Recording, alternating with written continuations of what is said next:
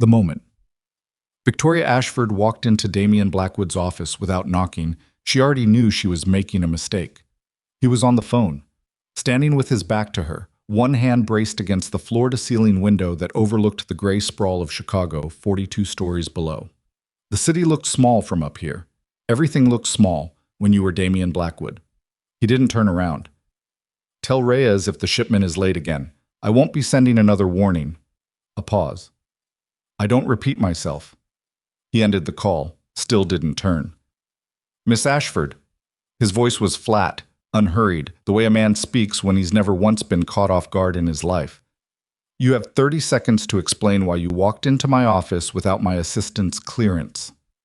Victoria opened her mouth, closed it. She had rehearsed this 6 times in the elevator, had the words ordered, logical, professional. Now every one of them had abandoned her. My sister is getting married in 4 days, she said. He turned then. Slow, deliberate. The kind of turn that reminded you, without saying a single word, that his attention was not a gift.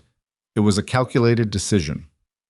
Damian Blackwood was 41 years old and looked exactly like a man who had never once wasted an emotion. Sharp jaw, dark eyes that assessed rather than looked.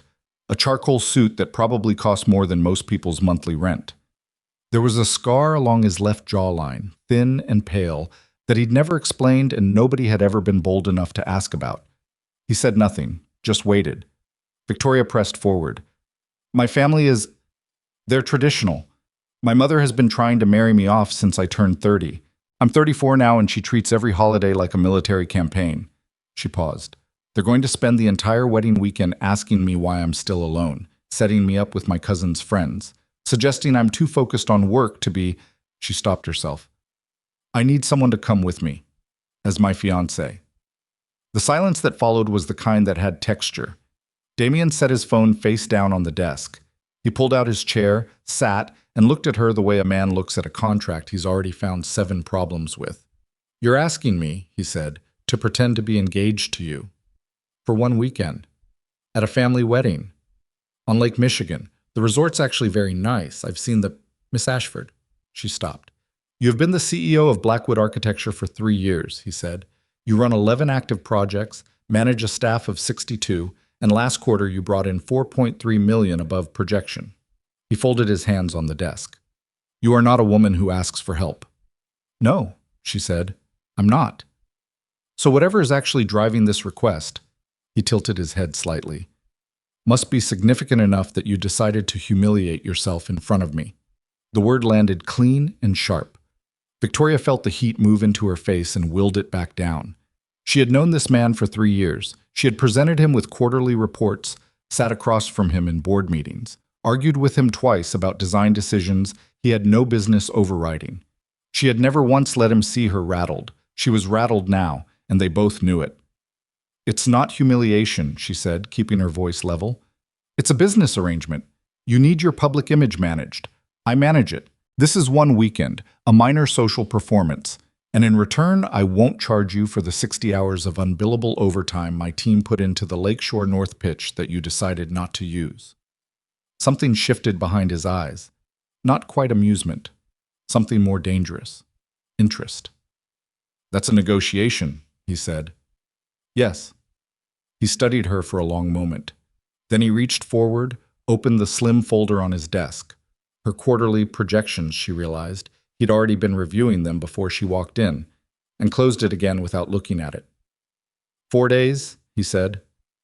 Friday through Sunday. I won't pretend to be something I'm not convincingly, Miss Ashford. If I agree to this, your family will believe it. She hadn't thought about that.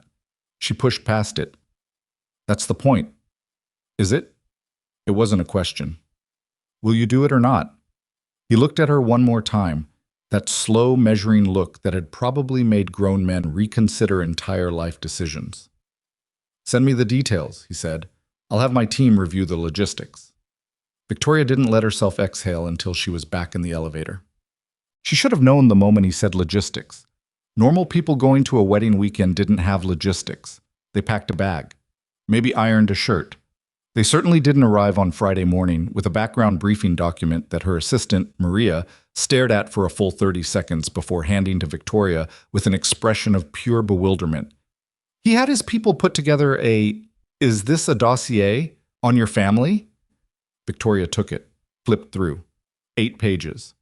Photos of her parents' house, brief profiles on her sister Sophie, her brother-in-law to be Marcus, her Aunt Diane, who Victoria had mentioned once, in passing, in a meeting about scheduling. Dietary notes. A timeline of the weekend's events cross-referenced with the resort's floor plan. At the bottom, a handwritten note in sharp economical script. I don't attend events unprepared. DB. She should have been irritated. She was, a little, but underneath the irritation was something else. The uncomfortable recognition that the man had actually listened. That he'd taken this seriously enough to prepare. That in 3 years she had never once given Damian Blackwood enough credit for paying attention. She tucked the dossier into her bag and didn't mention it again. The drive to the resort took 2 hours. Damian's driver. Damian's car. A black sedan so quiet inside, it felt like being sealed in a vault. Victoria sat in the back with her laptop open, pretending to review emails, while Damian sat across from her reading a document she couldn't see and occasionally making a mark in the margin with a pen that probably also cost more than her car payment. He was wearing different clothes, not the suit. Dark slacks, a charcoal button-down with the collar open. It was such a minor deviation from his usual presentation that it shouldn't have registered. It did. He looked, not softer, exactly.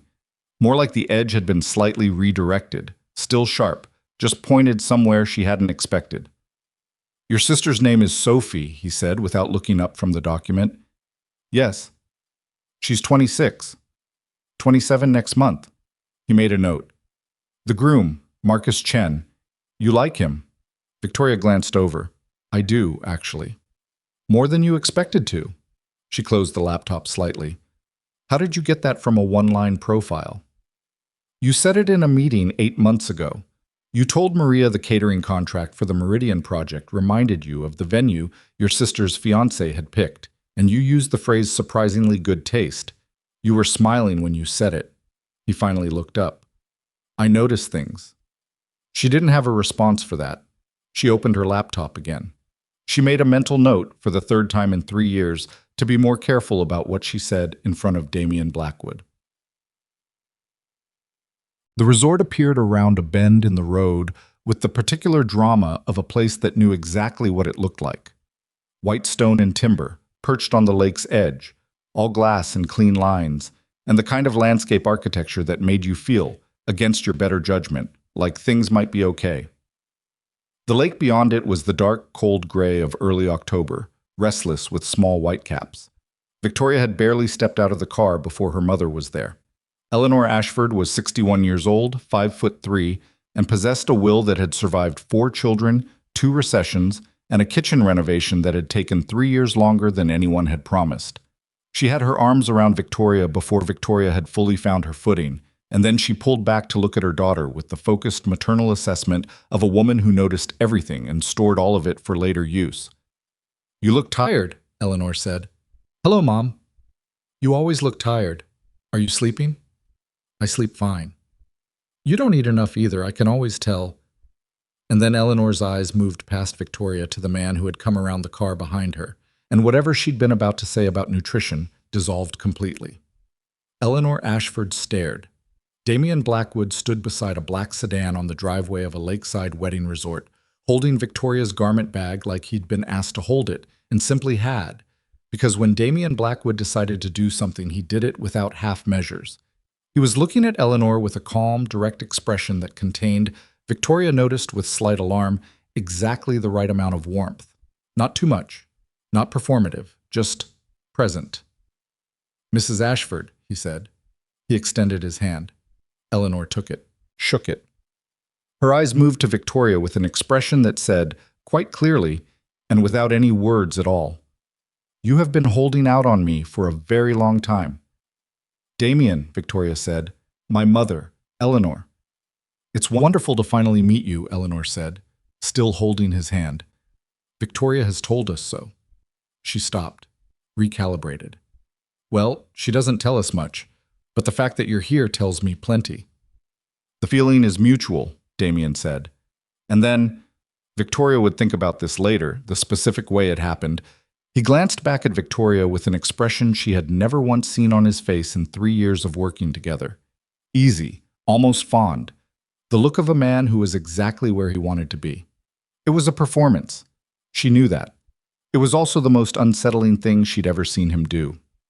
Sophie found her 20 minutes later, in the suite they were sharing a floor with, while Damien was being interrogated in the lobby by Victoria's father and her uncle Gerald, who had opinions about everything and zero instinct for when those opinions were unwelcome.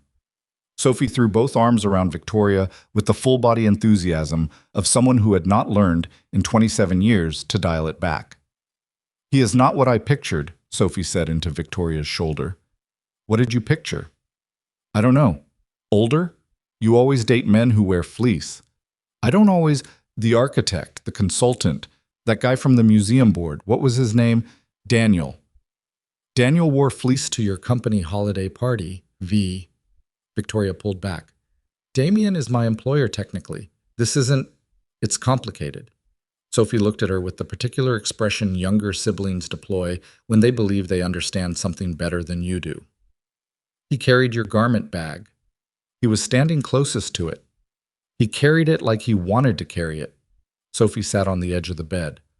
"Mom is already planning your engagement party."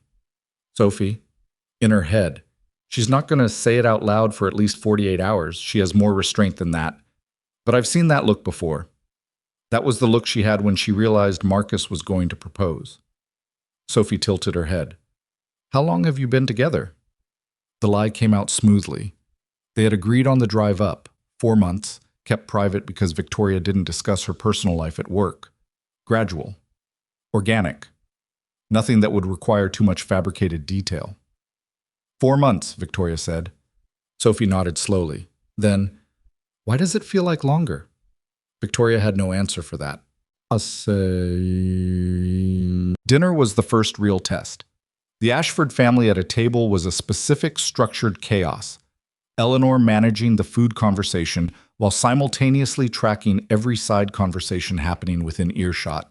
Her father, Robert, asking careful questions and listening to the answers with the attentiveness of a man who had been an engineer for 40 years and approached human beings the same way he approached structural problems. Sophie's fiancé, Marcus, who was warm and a little nervous in exactly the way you'd expect someone to be 3 days before marrying into the Ashford family. And Sophie herself, who had seated Damien directly across from Victoria, presumably to better observe both of them simultaneously. Damien handled it the way he handled everything, without visible effort. He answered Robert's questions about architecture and real estate with genuine knowledge, which Victoria reminded herself he actually had, since Blackwood Architecture was a real company doing real work. He listened when Eleanor talked about the wedding planning. He didn't perform interest. He just paid attention.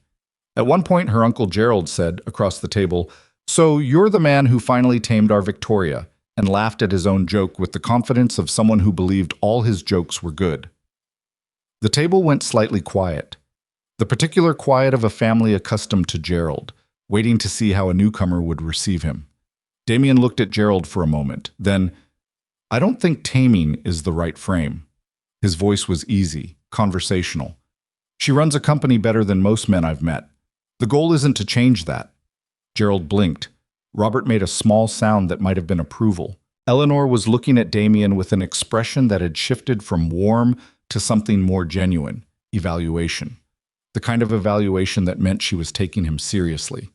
Under the table, Sophie's foot found Victoria's ankle and pressed there briefly. A signal. Victoria picked up her wineglass and looked across the table at Damien, who was already looking back at her, and she had the sudden disorienting sensation that she was not entirely sure, in that moment, what was real and what they had agreed to perform. It was late. The dinner had wrapped, the family had drifted toward the resort bar, and eventually toward their rooms, and the lake outside the long resort windows had gone completely dark, lit only by the dock lights that turned the water around them amber and cold. Damien was standing at one of those windows when Victoria found him, still in the clothes he'd worn to dinner, his jacket gone, his sleeves pushed back. He had a glass of something amber in his hand, and he was looking at the lake with the specific stillness of a man who didn't often allow himself to stand still. "Gerald isn't wrong," Victoria said, coming to stand beside him. "About taming, I mean. That's probably how most people see me." "Most people are wrong about most things," Damien said. "Diplomatic." "No, accurate." She looked at the lake. Somewhere out there, beyond the dock lights, the water went on for miles in the dark. "You did well tonight." He turned slightly to look at her, not quite surprised, but acknowledging. "Your father asked me about the Meridian project," he said. "I almost mentioned the structural issue on the north elevation before I remembered I wasn't supposed to know about it yet." Victoria blinked. The north elevation issue had been in an internal report, not a client-facing document. "How do you know about that?" "I read everything that comes out of my companies." He said it without defensiveness, just fact. "I always have." She thought about the dossier in her bag, the handwritten note at the bottom. The way he'd known, from a conversation 8 months ago, that she liked Marcus more than she'd expected to. "Why did you say yes?" she said. "To this." The actual reason. He was quiet for a moment. Outside, something moved across the dock. A bird, maybe, or just the wind, and the dock light shuddered. "Your overtime calculation was off," he said. "You undercharged by about 20%. "That's not an answer." "No," he agreed. "It's not." He looked back at the lake, took a slow drink. And then, in the voice of a man who was not accustomed to explaining himself, and was choosing, this once, to try, "You walked into my office and asked for something, without strategy, without positioning." He paused. "In 3 years, you have never done that." Victoria said nothing. "It seemed worth seeing," he said. "What happened next?" The dock light shuddered again. The water moved, dark and restless, out toward the center of the lake where the lights didn't reach. Victoria thought about what she should say. What was smart to say? What preserved the boundaries of a business arrangement that was already, on its first evening, becoming something she didn't have a clean word for? She said, "Good night, Damien." He nodded. "Good night, Miss Ashford." She made it almost to the hallway before he spoke again. "Victoria." She stopped. "Your family," he said, without turning from the window. "They're good people."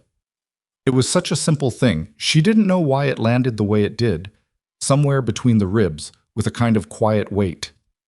"I know," she said.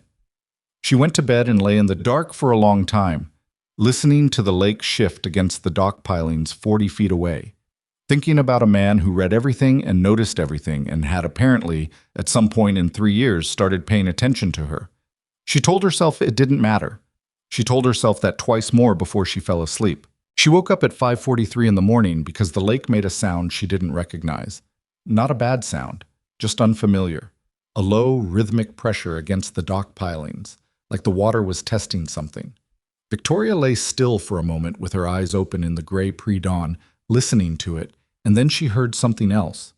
Footsteps on the path outside her window, slow, unhurried. Someone who wasn't sleeping either. She didn't look out the window. She didn't need to. By 7, the resort had started its cautious morning routine. Coffee urns in the lobby. Staff moving quietly with the particular efficiency of people trained not to disturb guests who paid this much per night. The smell of something baking somewhere behind a door that hadn't opened yet. Victoria came down at 7:15, dressed and composed, to find her mother already seated at the breakfast table with a cup of tea and a seating chart that had clearly been revised at least 3 times based on the erasure marks across it. Eleanor looked up, assessed. "You slept." "I slept fine." "You have the face you make when you haven't slept." "Good morning, Mom." Eleanor set down the seating chart. She was wearing her reading glasses, which she only put on in private because she still had complicated feelings about needing them, and the fact that she hadn't taken them off when Victoria walked in meant she was either distracted or had decided Victoria didn't count as public. Probably both. "He was up before dawn," Eleanor said. Victoria poured coffee, kept her back to the table. "Who was?" "You know who." A pause. "He walked the dock for almost an hour. I saw him from the upstairs window when I went to get the seating chart from your aunt's room." Another pause. "He walked it like a man who needed to think. Some people are early risers. Some people have things on their minds. Eleanor picked up the seating chart again. Robert likes him. Victoria turned around. It's been one dinner. Robert doesn't give anyone that much of his attention after one dinner. You know that. Eleanor smoothed a corner of the chart that didn't need smoothing. He asked Damien about the structural load calculations on that Meridian project of yours. Most men would have given a general answer to get past the question. Damien had the actual numbers. Victoria said nothing.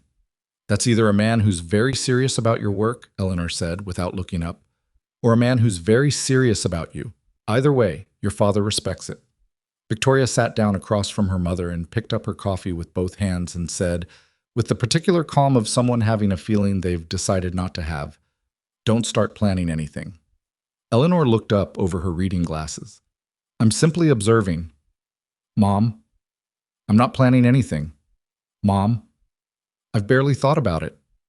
Eleanor put down the seating chart, folded her hands, looked at her eldest daughter with the expression she'd been deploying for 34 years. Love combined with the specific frustration of watching someone refuse to be happy when happiness was right there, standing on a dock in the dark, thinking hard about something. "All I'm saying," Eleanor said carefully, "is that I have never in 34 years seen you bring anyone to anything. Not a holiday dinner, not Sophie's graduation, not the hospital when your father had his knee surgery." She held Victoria's gaze. "You brought him here. That means something, whether you want it to or not." Victoria took a long drink of coffee, set the mug down. "The eggs are probably ready," she said. Eleanor picked up the seating chart. "They are. I checked 20 minutes ago." Well, Damien came in at 7:40, and Victoria would think about the specific way the room shifted when he walked into it. Not dramatically, not the way rooms shifted when someone loud or demanding entered, but the subtler kind of shift, like a barometric pressure change. Her father, who had been reading something on his phone at the far end of the table, looked up. Her Uncle Gerald, who had been complaining about the coffee being too weak, stopped mid-sentence. Damien was wearing the dark slacks again, a different shirt, sleeves already rolled to the forearm. He'd been outside. There was a faint coolness about him, the kind the lake air left on skin, and his hair was slightly less controlled than yesterday's dinner. It was such a small thing. It made him look, for approximately 3 seconds, like an ordinary person. He sat beside Victoria, not across from her. Beside her, close enough that their arms almost touched, and reached past her for the coffee carafe with a quiet, "May I?" that was directed at no one in particular and aimed at her specifically. She moved the carafe toward him. Gerald said from 3 seats down, "Early morning, man. I respect that. What were you doing out there taking stock of the property?" He laughed his own joke laugh. "Thinking," Damien said. "About what?" Damien poured his coffee. "The north elevation problem on a project I've been avoiding dealing with." Victoria felt the specific jolt of someone whose private knowledge has just become semi-public, and she kept her expression entirely level while her pulse did something complicated. Her father set his phone down. "Structural or aesthetic?" "Both, at this point," Damien said. "They've compounded each other." Robert nodded slowly. "That's always how it goes. You let the aesthetic problem sit too long and it becomes load-bearing." "Exactly," Damien said. They were talking about architecture. She was almost certain they were talking about architecture. She picked up her fork and did not look at either of them. Check. The morning was given over to what Eleanor called wedding logistics, which meant 3 hours of decisions about flowers and table arrangements and the precise trajectory of Sophie's veil in the ceremony photographs, all of which Sophie had already decided and simply wanted to discuss again because she was 27 and 4 days from her wedding and entitled to it. Victoria sat through most of it. Damien, improbably, sat through all of it. She caught him at one point, sitting in the chair beside her in the resort's events room while Sophie and Eleanor debated centerpiece heights. And he had his phone face down on the table and his attention on Sophie's face while she talked. Not performing attention, actually watching her, the small, involuntary expressions. The way Sophie's hands moved when she was enthusiastic about something. The way she glanced at Marcus every few sentences, checking, making sure he was still there, still happy, still hers. Damien watched this with the particular focus of a man who was filing it away. Learning it. She didn't know what for. At some point, Sophie said, "Damien, honest opinion, does the taller centerpiece overwhelm the table, or does it create drama?" And the fact that she said his name like she'd known him for years, easy and unguarded, did something to Victoria's chest that she ignored. Damien considered the two sample arrangements Sophie had photographed on her phone. "The taller one," he said. "The shorter one is safer. Safe things are forgettable." Sophie stared at him for a moment, then pointed at Victoria. "I like him. Keep him." "Sophie." "She's right," Eleanor said, without looking up from the veil trajectory discussion she'd resumed. "Keep him." Victoria looked at Damien. He was looking at his coffee. His expression was neutral, but there was something around the edges of it, the faint, suppressed quality of a man who is experiencing something unexpected and hasn't yet determined what to do with it. She knew that quality. She'd seen it in the mirror often enough. The fight happened before lunch, not between them. That was the thing. The first crack in the weekend appeared somewhere she hadn't anticipated, and it split fast. It started with Gerald. It always started with Gerald. He had cornered Victoria near the resort's small library, where she'd gone to make a call she'd been putting off all morning. Her COO, who needed a decision on a contractor dispute that shouldn't have required her attention but did, because 3 people in the chain below her had failed to make the obvious call. She'd made the call, fast and clean, the way she'd learned to do it, and she was walking back toward the main corridor when Gerald stepped out of the side hallway and nearly ran into her. "There she is." He said it like she'd been hiding, which she hadn't, and with the conspiratorial warmth of a man who'd had one drink at 11 in the morning and considered this moderate. The CEO, the big career woman. "Gerald." She kept moving. He kept pace. "I'm not giving you grief. I'm being genuine. I respect what you've built." He said it with the specific inflection of someone who does not entirely mean it. "Your mother always worried, that you'd end up alone. All that ambition and nothing left for... I'm not alone. No, the boyfriend. Fiancé?" He glanced sideways at her. "Your mother said fiancé." "We haven't made any announcements." "But he's the one? You're serious about him?" She stopped walking, because the corridor they'd turned into was the same corridor where Damien was standing, 20 feet ahead, speaking quietly to her father near the window. And Damien, whose spatial awareness was apparently calibrated to some frequency she couldn't access, had registered the sound of them stopping and turned his head. He wasn't looking at her. He was looking at Gerald. "Because the thing is," Gerald said, lowering his voice to the confidential register he used when he thought he was being helpful. "A man like that. I've known men like that. High-powered, closed off. They're not built for the long game, Victoria. They're built for the acquisition. You understand what I'm saying? Gerald, I'm saying be careful. Your mother doesn't see it because she's thrilled you brought someone. But I've been watching him. He looks at everything like he's calculating the exit." The words landed wrong. Not because they were unfair. 3 weeks ago she might have said something similar herself. But because they landed while Damien was 20 feet away, and she suddenly could not tell if he was close enough to hear, and she suddenly, inexplicably, did not want him to. "That's enough," she said quietly, but with a precision her voice reserved for contractors who had missed deadlines and employees who had assumed she wouldn't notice. Gerald blinked. I know what you're doing, and it's not helpful and it's not welcome." She held his gaze until he looked away first, which took 6 seconds. "Excuse me." She walked toward her father and Damien.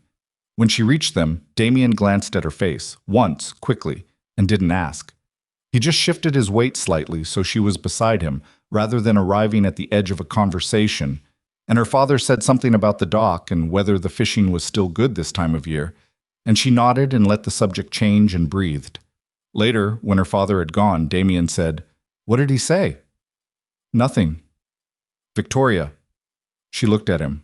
I was watching her with the stillness she'd come to recognize as his version of patience, the absence of pressure, the waiting that wasn't passive. He said, "You look at everything like you're calculating the exit." Damien said nothing for a moment. Then, "He's not entirely wrong." The honesty of it caught her sideways. "I know." "Is that a problem?" She thought about it. "I don't know yet," she said. He nodded, and they walked back toward the rest of the family, and she wasn't certain if that exchange had been a reassurance or a warning, and she suspected from the careful neutrality of his expression that he wasn't entirely certain either. The afternoon brought the rehearsal. Sophie had planned it with military precision, disguised as breezy spontaneity, which was a technique Victoria had always admired and suspected her sister didn't know she was using. The wedding party gathered on the dock, actual dock, the wooden platform extending out over the lake. The same one she'd stood on last night with Damien, though it looked different in daylight, less weighted, more like something that belonged to the ordinary world. Marcus stood at the end of the dock with the officiant, a woman named Dr. Pierce, who wore rectangular glasses and had an air of calm efficiency that Victoria found immediately comforting. Sophie walked the dock 3 times. Practiced the pause. Practiced the turn. Marcus watched her practice with an expression so unguarded that Victoria had to look away from it, not because it was uncomfortable, but because it was the opposite of uncomfortable, because it was the realest thing she'd seen all weekend, and she didn't know what to do with real right now. Damien was standing beside her on the dock's edge, watching. Not the rehearsal, she realized, watching Marcus watch Sophie. "He's not performing," Damien said, quiet, almost to himself. "No," Victoria said. "He never does." A pause. "That's rare." "I know." She felt him turn slightly toward her, not quite looking at her directly, more like the careful peripheral attention of someone deciding something. "Your family does this well," he said. "Does what?" "Loves people." He said it flatly, without sentiment, like he was reporting an observed fact, without conditions, without the math of it. He paused. "Most people love conditionally. They don't know they're doing it, but they're always keeping score." Victoria kept her eyes on Sophie at the end of the dock. "You keep score?" "Yes." "With everyone?" He was quiet for a moment. "It used to be everyone." She didn't ask what had changed the category. She suspected she wasn't ready for the answer. Dinner that night was louder. Sophie's bridesmaids had arrived, 4 of them, a specific organized chaos of opinions and inside jokes, and the kind of collective energy that expanded to fill whatever space it occupied. The table went from structured to jubilant within 20 minutes, and Eleanor, who had been managing the former all weekend, relaxed visibly into the latter. Gerald was quieter. He'd caught Victoria's expression that afternoon, apparently, had processed it, filed it, and made the small private adjustment that most people in families make when they've pushed too far and know it. He wasn't apologetic exactly, just present in a different register. She'd seen it happen before, and she'd learned, somewhere in her early 30s, that it was the best you usually got from Gerald, and it was enough. Damien sat between Victoria and her father. He ate. He listened. He asked Marcus once, with genuine curiosity, about the structural engineering firm Marcus worked for. And Marcus, who had been visibly waiting all weekend to be asked something he actually knew, launched into a 15-minute explanation of a bridge project he was consulting on. And Damien asked the kinds of follow-up questions that demonstrated he was listening and not waiting for Marcus to finish. Marcus noticed. She could see it in his face, the slight surprised pleasure of being taken seriously by someone who didn't have to. After dinner, Sophie grabbed Victoria's wrist and pulled her aside near the hallway to the rooms. "Tell me the truth," Sophie said. Her voice was low, the register she used when she meant it. "About what?" "Him." Sophie glanced toward the table where Damien was saying something to Marcus that made Marcus laugh. A real laugh, the unguarded kind. "You haven't looked at him once tonight the way you usually look at men." "What does that mean?" "You usually look at men like they're projects, like you're assessing the risk-to-reward ratio." Sophie met her eyes. "You look at him like you're afraid of something." Victoria's jaw tightened. "Sophie, I'm not judging it. I'm saying I see it." Her sister's grip on her wrist loosened but didn't release. "Whatever this is between you two, whether it's what you're saying it is or something else," she paused, and her voice went quieter and more careful. "It's real. Something is real in it, and you're scared of that." Victoria looked across the room at Damien.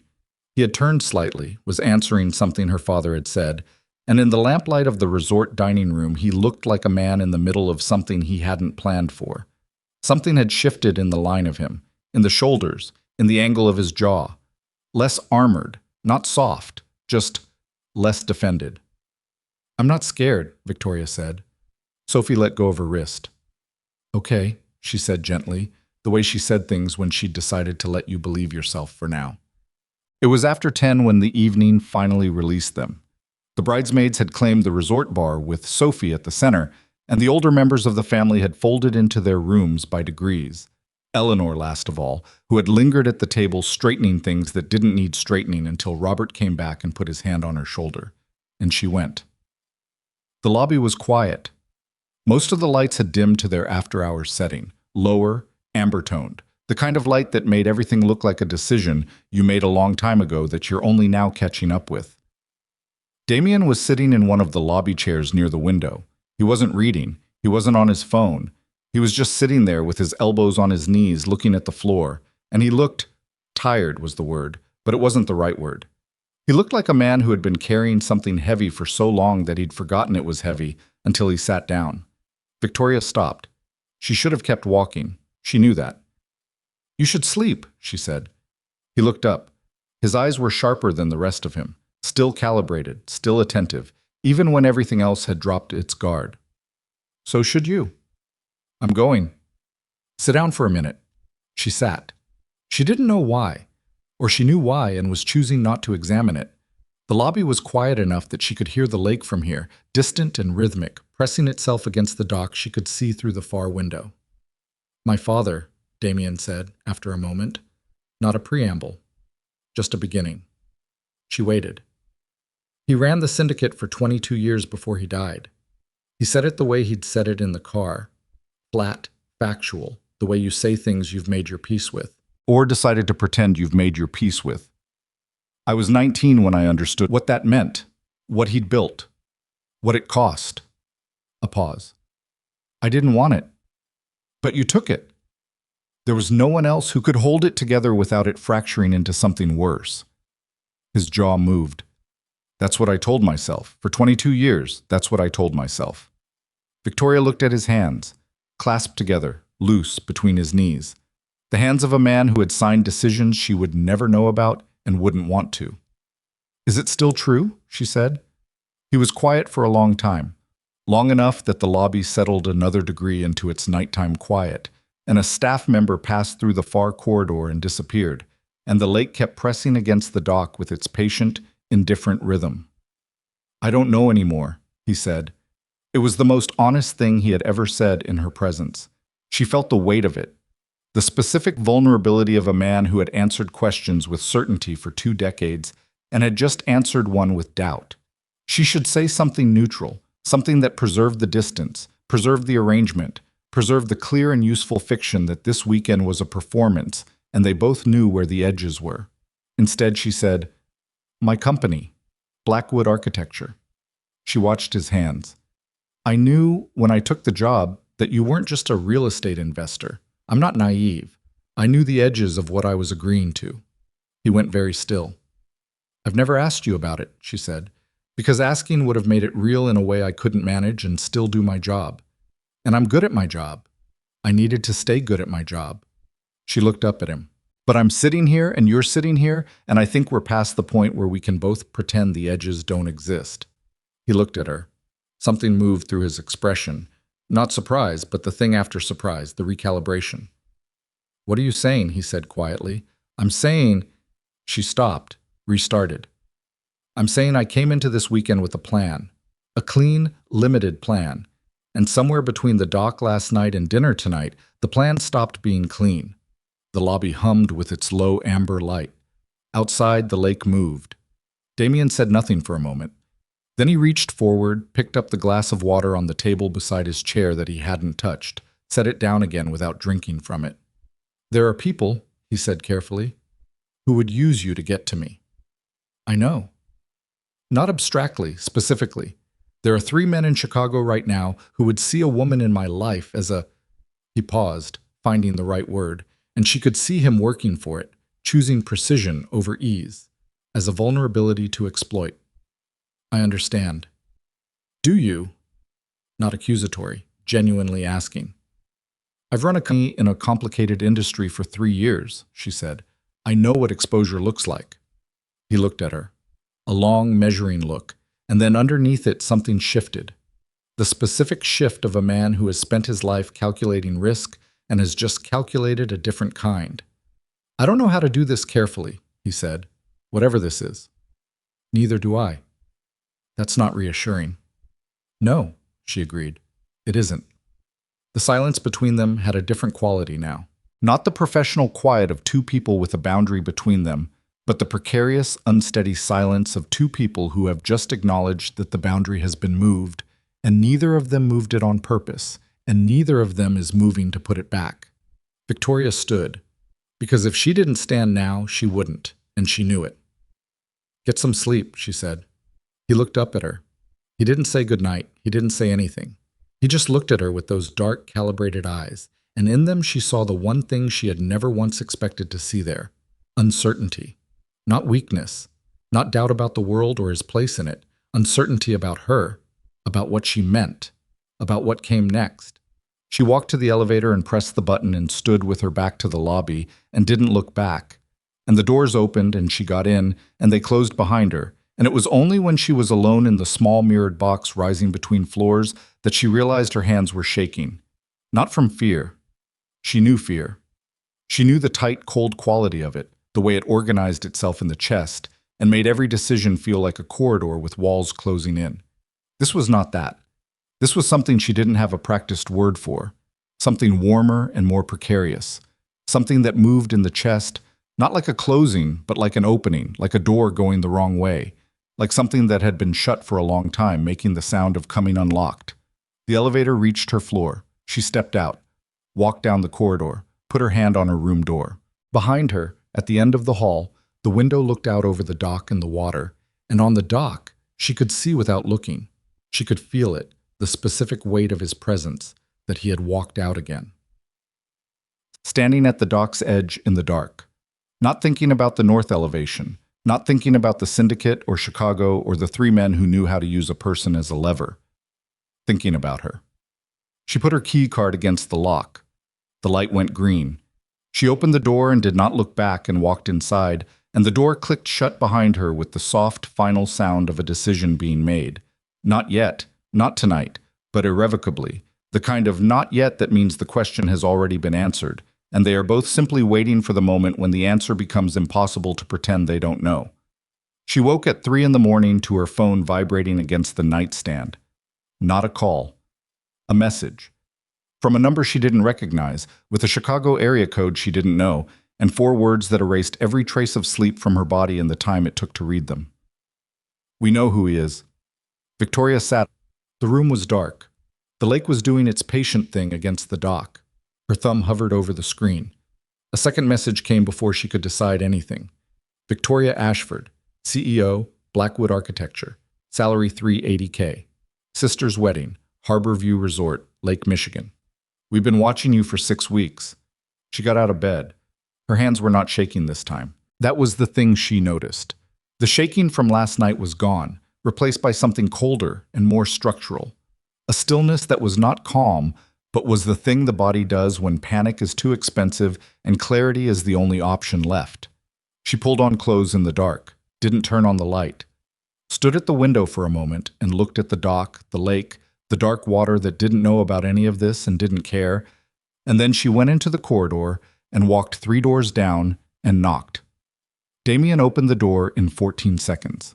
He was dressed. Not fully, shirt open at the collar, no jacket, but dressed, which meant he hadn't been sleeping either, or he'd been sleeping the way soldiers sleep, at the surface, ready. He looked at her face. Then he stepped back from the door. She came in. She handed him the phone. He read both messages without expression. His jaw did something. A small, almost imperceptible tightening, the kind of movement that in a different man would have been a flinch, and in Damien Blackwood was the equivalent of everything. He handed the phone back. "How long has your number been public?" he said. "It's not. It's on file with contractors and city licensing boards, but it's not." "6 weeks," he said, more to himself than to her. He turned and went to the small desk in the corner of the room and picked up his own phone and made a call. It connected in 2 rings. "Pull Ashford's contact records. Any access in the last 8 weeks? External query? Anything that shouldn't be there?" A pause. "Now, Reyes, I don't care what time it is." He ended the call. He stood with the phone in his hand and she watched him think. She had seen him think in boardrooms and across negotiating tables, and once in a very long elevator ride after a meeting that had gone badly, and she knew the specific quality of it, the way everything else shut down and what remained was pure calculation. But this was different. This was faster. And underneath the calculation was something she'd never seen there before. Anger. Real, cold, controlled anger. Directed inward. "They've been watching you since before this weekend," he said.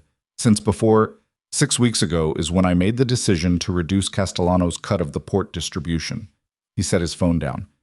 He didn't take it quietly. "I knew that. He stopped. "You didn't think he'd go sideways," she said. "I thought he'd come at me directly. That's how he's operated for 15 years. His voice was flat. "I didn't account for me." The word landed between them. He didn't deny it. "Castellano is one of the 3 men I mentioned," he said. "Last night."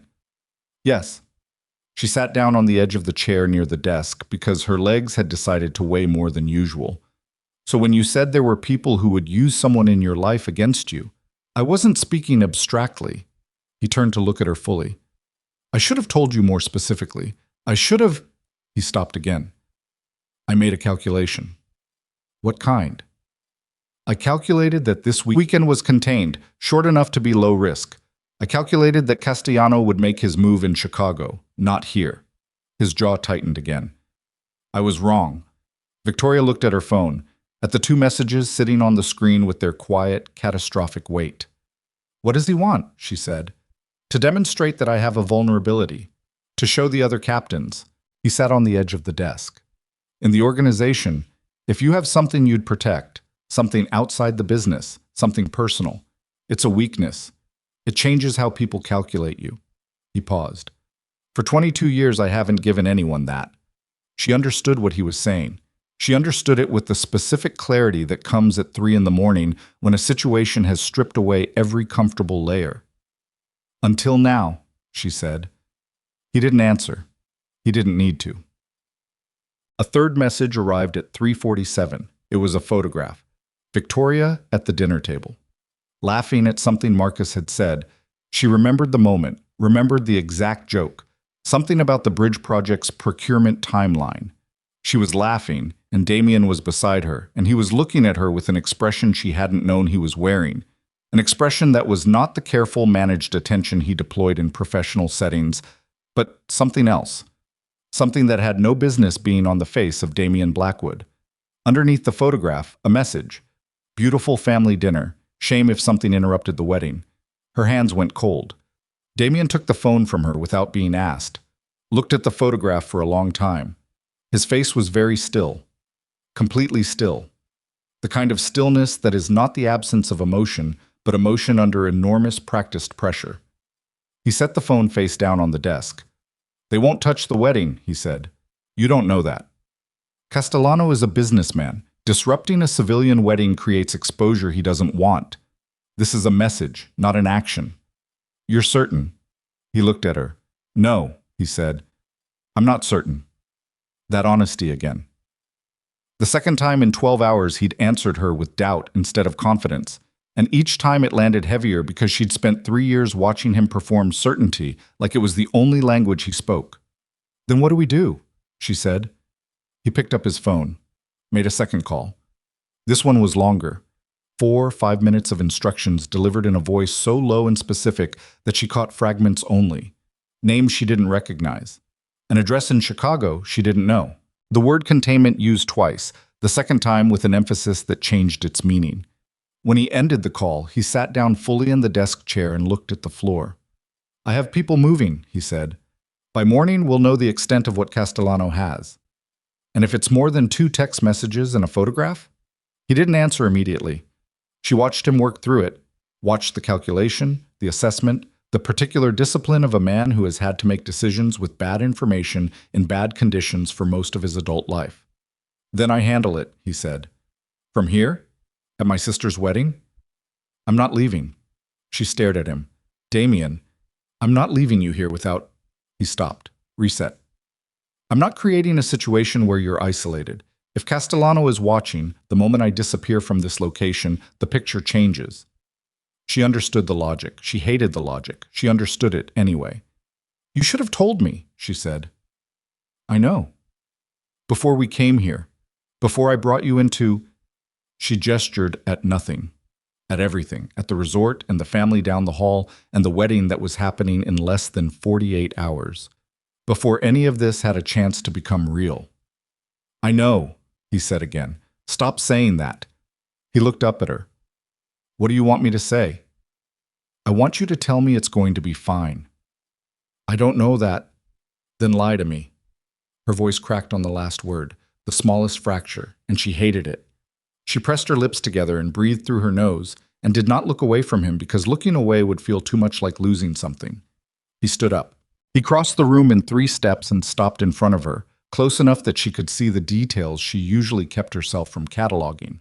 The scar along his jaw, the specific dark of his eyes, the way his chest moved with controlled, deliberate breath. I will not let anything happen to your family, he said. Quietly. Without the performance of certainty, without the armor of it, just the words, flat and absolute, the way he said things that were not calculations but decisions. Whatever else is true right now, that's true. She looked at him, at the careful, exhausted, complicated face of a man who had spent 22 years building walls and was standing in front of her at 4 in the morning with the walls significantly reduced. I believe you, she said. She didn't know if she should. She believed him anyway. So she went back to her room at 4:30. Not because it was resolved, nothing was resolved, but because if she stayed in that room another hour, she would make a decision she wasn't ready to make and would not be able to take back. She did not sleep. At 6, she heard movement in the corridor, checked the peephole. Damien walking toward the elevator, phone to his ear, jacket on, the posture of a man who has shifted into a different register entirely. Not the dinner table version, not even the late-night lobby version, the version she caught glimpses of sometimes when a board meeting went wrong and his eyes went that particular flat dark. He glanced at her door as he passed it. She stepped back from the peephole. The wedding morning arrived the way wedding mornings always do, indifferent to everything that has happened in the night, bright and enormous, and full of other people's joy, pressing itself into all available space. Sophie was in the bridal suite by 8, surrounded by bridesmaids and cosmetics, and the organized pandemonium of 4 women who had all agreed to help and all had different ideas about what helping meant. Eleanor arrived at 8:30 with pastries and the expression of a woman who had been waiting her whole life for this specific Saturday. Victoria arrived at 8:45, showered and pressed, and wearing the composed face she'd been building since she was 22 years old when she first understood that competence required a face that didn't show it's working. She was fine. She was perfectly fine. You look terrible, Sophie said. Sophie. I mean it lovingly. Sophie's hair was half done, pinned in sections, a stylist working at the back of it with focused precision. You have the face you make when a project is going wrong and you've already fixed it, but you're still deciding if you trust the fix. Victoria sat down. I'm fine. Where's Damien? Handling something for work. Sophie met her eyes in the mirror. On my wedding day. It's a time-sensitive issue. He'll be back before the ceremony. You said that very specifically. Sophie kept watching her in the mirror. He'll be back before the ceremony. Not, he'll be back soon. Not, he's just dealing with something. Before the ceremony. You've already calculated the window. Victoria said nothing. V. Sophie's voice dropped, soft under the noise of the room. Is everything okay? Everything is fine. Okay. Sophie looked at her reflection. I'm going to accept that for now because I need to get married in 4 hours, and I don't have the bandwidth to not accept it. A pause. But when this weekend is over, you're going to tell me what's actually happening. Sophie, promise me.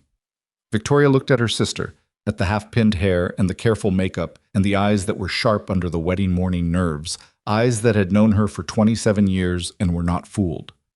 Promise, Victoria said. Damien came back at 10:15. She found him in the corridor outside the suites, jacket off, phone going back into his pocket, and she read the result in his posture before he said a word. Not relief.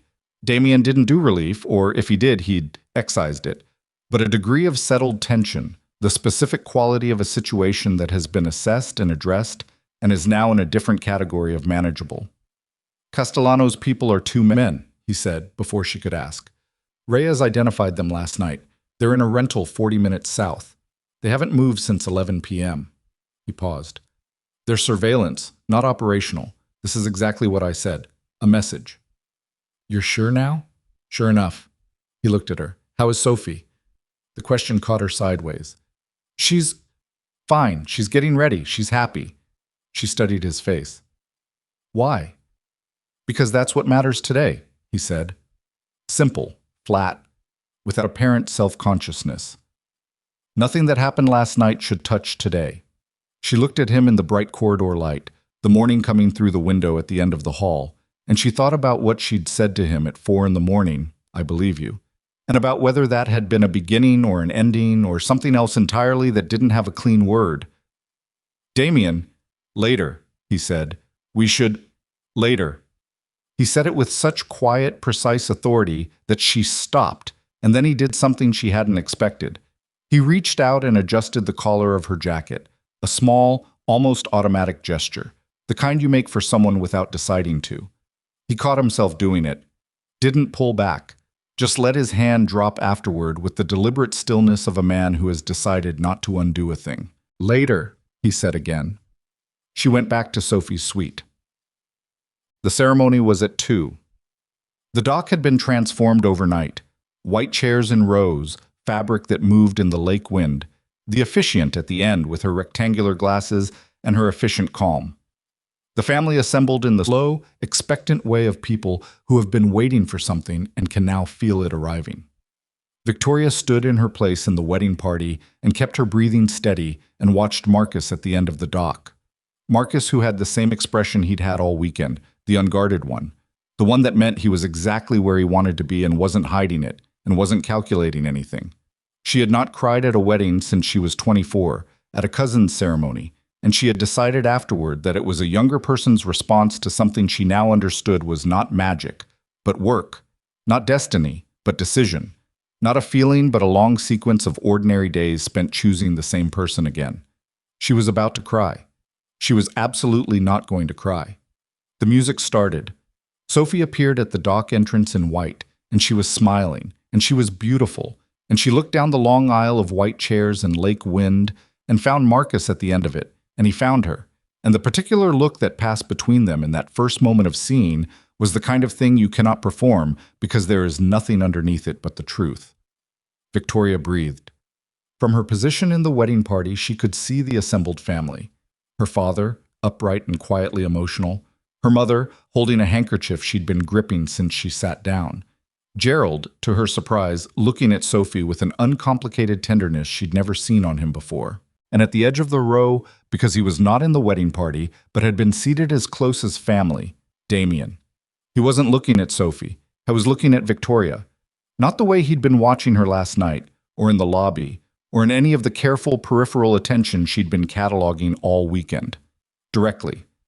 With a steadiness that was not assessment and not calculation, and was not anything she had a practiced name for. She looked back. The music swelled. Sophie reached Marcus. The officiant began. Victoria looked away first. She had to. Because the thing she was feeling in that moment was not convenient, and was not safe, and was not part of any arrangement she'd agreed to, and she needed her sister's wedding not to be the place where she came apart at the seams over a man she'd told herself she understood.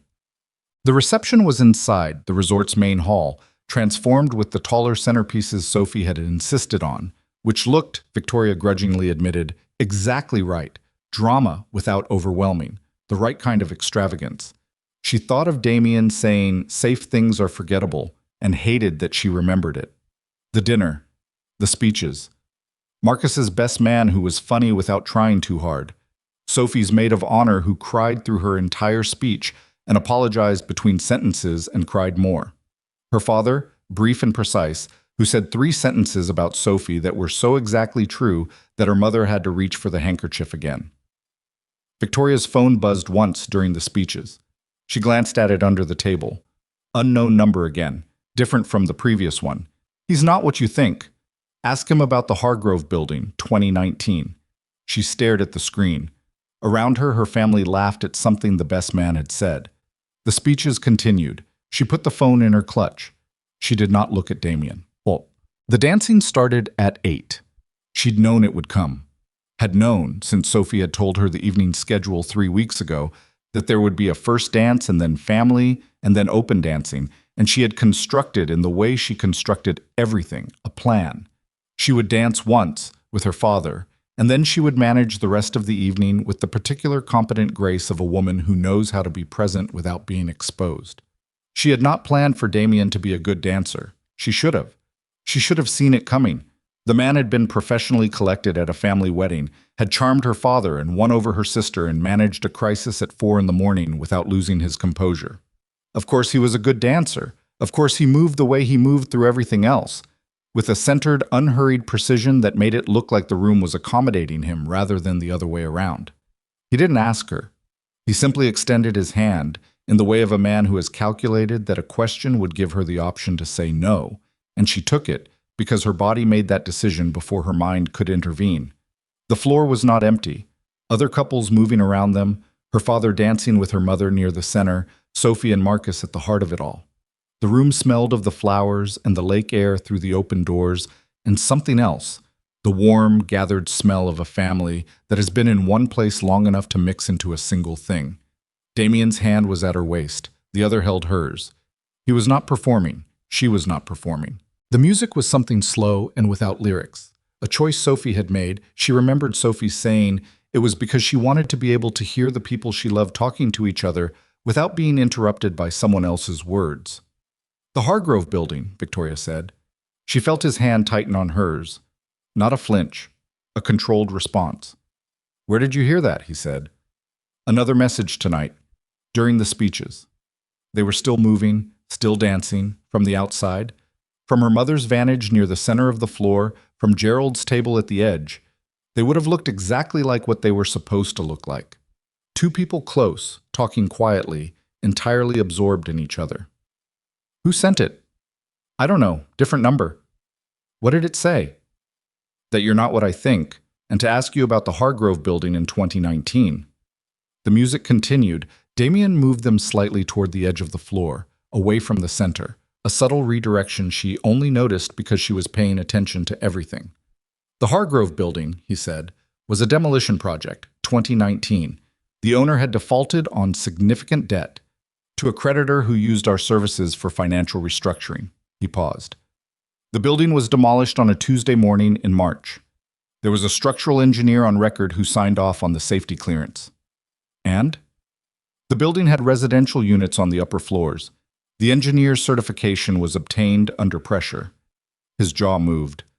3 families were displaced overnight, given 12 hours to vacate. Victoria stopped moving. He stopped with her. They were at the edge of the dance floor. Around them, the music and the movement continued, indifferent, beautiful, full of Sophie's happiness and Marcus's uncomplicated joy and her mother's relief and her father's quiet pride. "You did that," she said. "I authorized it." The distinction in his voice was precise and did not soften anything. "I was 29. I was 18 months into running the syndicate, and I needed to demonstrate that debts were collectible." He met her eyes. "I'm not going to tell you I didn't understand what it meant. I understood exactly what it meant." She looked at him. At the face she'd been cataloging all weekend, the scar, the careful eyes, the jaw that tightened when he was containing something large. "Those 3 families," she said, "were compensated. Later. Not enough. Not at the time." He held her gaze. "There is no version of that story where I'm the person you want me to be." The music shifted, moved into something slightly different, still slow. "Is that why someone's sending it now?" she said. "Someone is sending it because they want to watch you pull away from me," he said. "They want the look on your face that I can see right now, and yes, before you ask, I can see it. Because if you step back from me on this dance floor in front of your family, it confirms everything Castellano wants confirmed." She breathed. "Is that the only reason you're telling me this? Strategy?" A pause. A long one. "No," he said. "Then why?" "Because you deserve to know what you're standing next to." He said it quietly and without drama, and it was the most devastated she had heard his voice in 2 days. "I have not... In 22 years, I have not once told anyone that story without being forced to. You're not forcing me." She looked at his face, at the honest, stripped, exhausted face of a man who has just placed something very heavy on the floor between 2 people and is waiting to see what happens next. She thought about the 3 families, about a Tuesday morning in March, about a 29-year-old who understood exactly what it meant and did it anyway. She thought about the man who had carried her garment bag, who had known the North Elevation issue from an internal report, who had sat through 3 hours of centerpiece discussions and asked Marcus about his bridge project and told her father the truth because anything else would have been insufficient. She thought about Sophie at the end of the dock and Marcus finding her, and the look. "One dance," she said. "That's what we agreed on." He nodded. She stepped back. His hand released her waist. For one moment, in the noise and light of her sister's wedding reception, they stood facing each other with the particular charged stillness of two people who have just crossed a line they cannot identify precisely but can feel absolutely. And she looked at him, and he looked at her, and neither of them pretended. Then she turned and walked toward the table where her mother was sitting. And she sat down, and she picked up her wine, and she was entirely composed. And her mother looked at her once with the reading glasses expression and then looked away and said nothing. Under the table, Victoria's hand was pressed flat against her knee, holding very still, because the thing that had come unlocked last night in the elevator had opened further tonight on the dance floor, and the Hargrove building had not closed it, and that was the thing she had not expected and could not manage and did not know what to do with.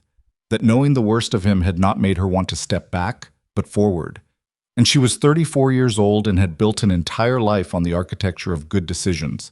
And she was standing in the rubble of every clean line she'd drawn. The music played. Sophie laughed across the room. The lake pressed against the dock outside with its patient, indifferent rhythm, and Victoria Ashford sat in the noise and the light of everything she loved and understood for the first time with devastating clarity that she was already in far deeper than any plan she'd made could account for. The reception ended at 11. Sophie and Marcus disappeared in a hail of flower petals and laughter, bundled into a car that took them to the private suite on the resort's top floor that Eleanor had booked 3 months ago with the focused determination of a woman who plans things correctly the first time. The family dispersed by degrees, the bridesmaids toward the bar, the older relatives toward their rooms, Gerald toward the elevator with the particular careful dignity of a man who has had enough wine to know he should stop. Victoria helped her mother gather the small accumulated debris of the evening, programs, a forgotten wrap, the handkerchief that had earned its keep, and walked her to the elevator, and Eleanor held her hand in both of hers in the elevator corridor and said, with the compressed wisdom of a woman who says things once and means them to last, "Whatever is happening with you, you're going to be all right. You always are." Victoria kissed her cheek, watched the elevator close, turned around. Damien was at the far end of the corridor, leaning against the wall with his arms crossed, jacket off, tie gone, and he was watching her with the specific expression he'd had on the dance floor, not quite exposed, but the armor reduced to its thinnest possible layer. He had his phone in one hand. It was not a casual posture.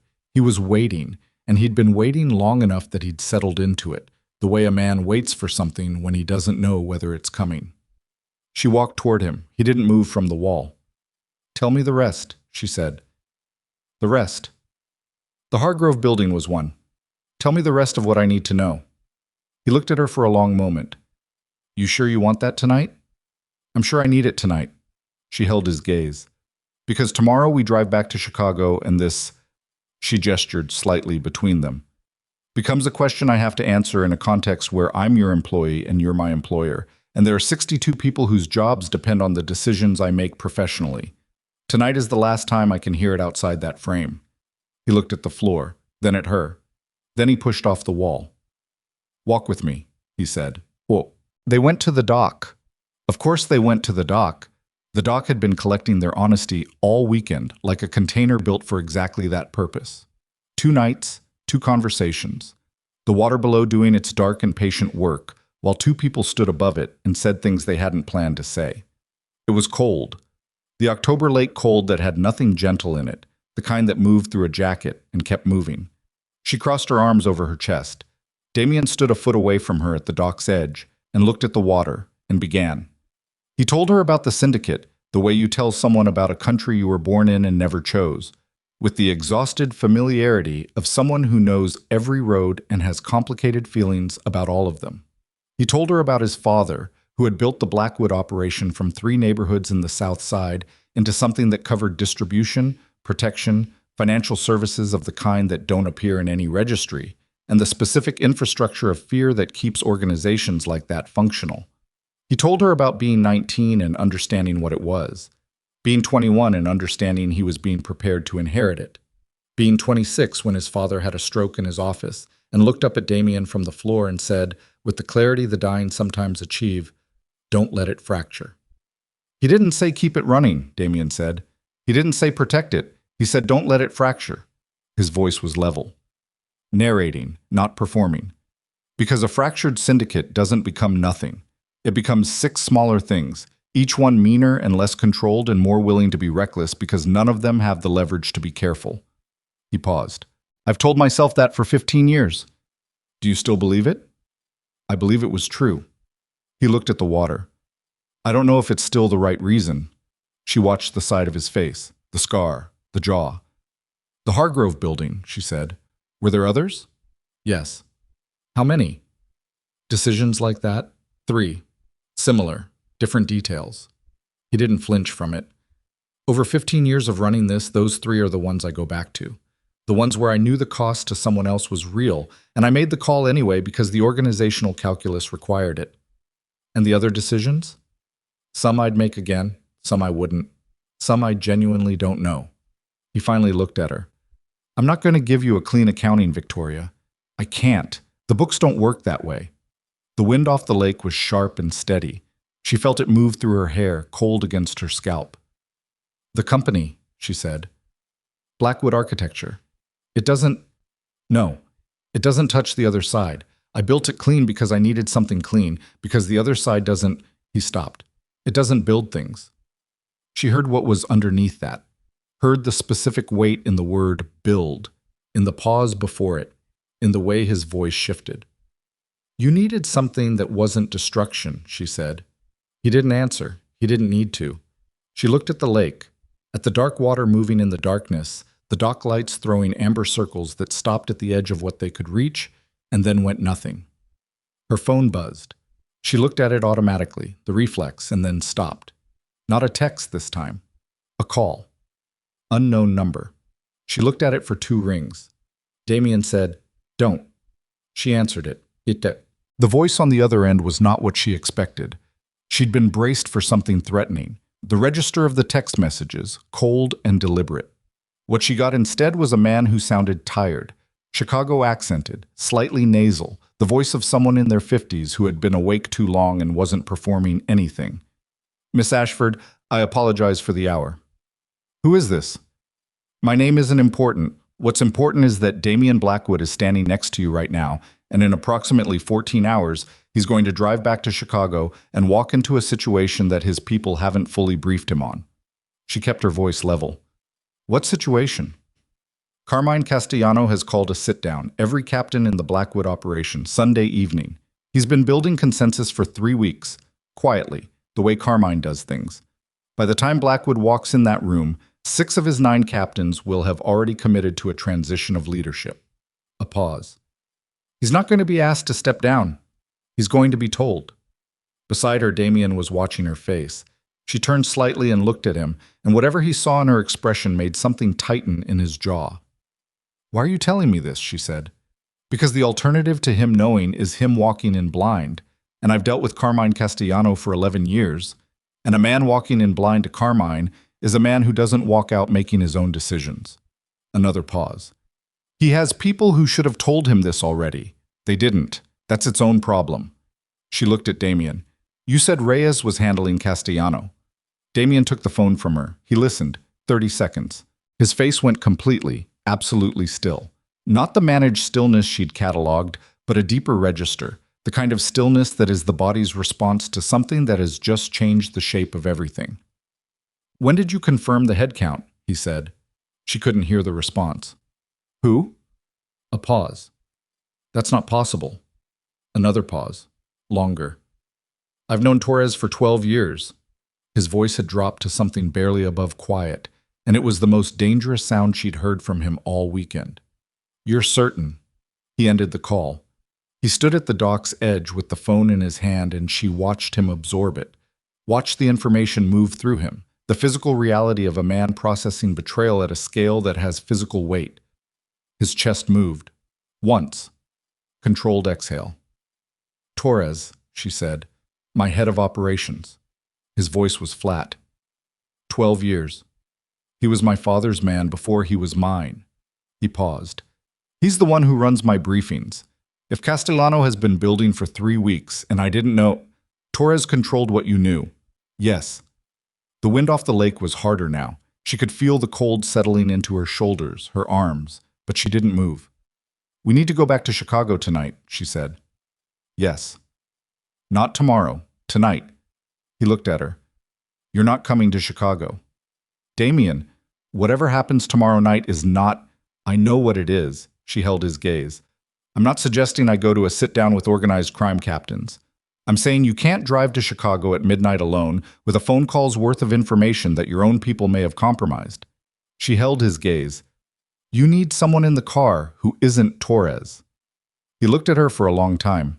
The dock lights moved in the wind. Your family… My family is asleep. Sophie is on the top floor with her husband. My parents go home tomorrow afternoon. She didn't break eye contact. There is nothing left here that requires me. The word nothing sat between them with everything they both knew it didn't mean. He said, if I walk into that room tomorrow and it goes wrong, then we deal with that when it happens. You don't know what deal with it means. No, she said. But I know what you driving to Chicago alone at midnight with a compromised operation means, and it means worse. He looked at the lake. His jaw worked. Then he put the phone in his pocket. Pack a bag, he said. 20 minutes. They were on the road by 12:40. The car was dark and fast, and the interstate at that hour was nearly empty, Chicago's glow building on the horizon long before the city resolved into anything specific. Damien drove. He'd sent his driver back to the city separately 3 hours ago. She understood now that had been tactical, clearing a channel. And he drove the way he did everything else, with a focused, unhurried precision that contained nothing wasted. He made 4 calls in the first hour. She listened to half of each, the halves she could hear, and assembled what she could. One call to someone named Park, brief and coded in a way she could feel but not decode. One call to a woman whose voice came through the speaker fast and clipped, giving him numbers and names and addresses in a sequence that he listened to without interruption. One call that didn't connect. One call to Reyes that lasted 11 minutes, and by the end of which Damien's left hand on the steering wheel had tightened enough that she could see the tension in his knuckles in the instrument light. When he ended the Reyes call, he drove in silence for 2 minutes. Then, Torres has been working with Castellano for 4 months. How much does he know? Everything operational, every security protocol, every route, every safe location, every financial structure that touches the legitimate side. His voice was completely controlled. That was the frightening thing. He's been feeding Castellano a map. Of you. Of the entire operation. He paused. Including the company. She went still. Including Blackwood Architecture. Its accounts. Its contracts. Its staff. He glanced at her once, brief. Including your name, your role, your personal contact information. The car moved through a stretch of interstate where the lights were out, dark on both sides, and she sat in the dark and understood why the unknown number had her personal cell. It wasn't Castellano who texted me, she said. No, that was Torres, I think. His jaw. Testing the information, seeing if it was good. The Hargrove message. Was a gift, he said, with a precision that meant the opposite of what the word usually meant. Someone who knew about Hargrove and wanted to use it against me. But Torres has been my operations head for 12 years. He knows things that make Hargrove look like a parking ticket. Why didn't he use those? Damien was quiet for a moment. Because Torres is not trying to destroy me. He's trying to remove me. There's a difference. He moved around a slow truck, clean and fast. If he destroys me, the organization fractures. Castellano gets pieces. Torres gets nothing. A pause. If he removes me cleanly, hands leadership to Castellano with the structure intact, Torres becomes essential to the new leadership. He keeps his position. He gains. That's cold. Yes. You sound like you almost respect it. I understand it. His voice was flat. Understanding and respecting are different things. She looked at his profile in the instrument light. What happens at the sit-down? Castellano presents the case for transition. The captains who've committed vote in favor. I'm given the option to step back voluntarily or... He paused. Or what? Or Castellano has already arranged the alternative. She looked at the road ahead. How many people know about this sit-down who are still loyal to you? As of an hour ago, counting Reyes? 3. 3. Out of an organization. She didn't know the full size of, but understood, from 3 years of managing the architecture company's accounts, was not small. What do you need to walk into that room and walk out on your own terms, she said. He glanced at her again. Longer this time. Information, he said. What Castellano has committed the captains to. The specific terms. If I know the terms he's offered, I can counter. He paused. And I need 2 captains who haven't committed. I need to get to them before tomorrow evening. Can Reyes do that? Reyes is muscle. Good muscle, loyal muscle, but he can't walk into a negotiation. He paused. He stopped. What? I need something Castellano hasn't anticipated, he said. He's anticipated every move I'd make within the organization. He's been planning this for months, and Torres gave him everything. Every conventional response I have is already on Castellano's board.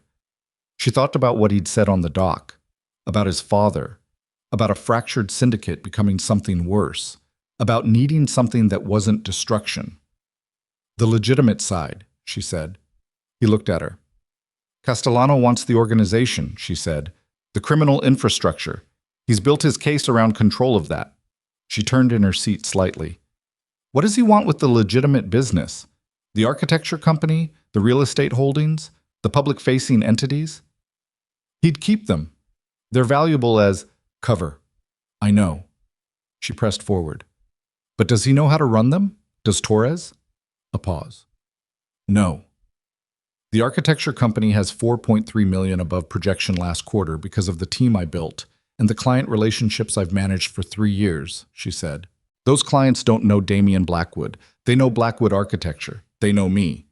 She held his gaze as long as she could while he was driving. If the company loses its leadership, its actual operational leadership, within a transition period, those contracts walk. All of them. He was very still. That's leverage, she said. Not the kind Castellanos planned for. You're talking about positioning yourself as essential to the transition in a way that gives you something to negotiate with that isn't just organizational loyalty or force. She sat back.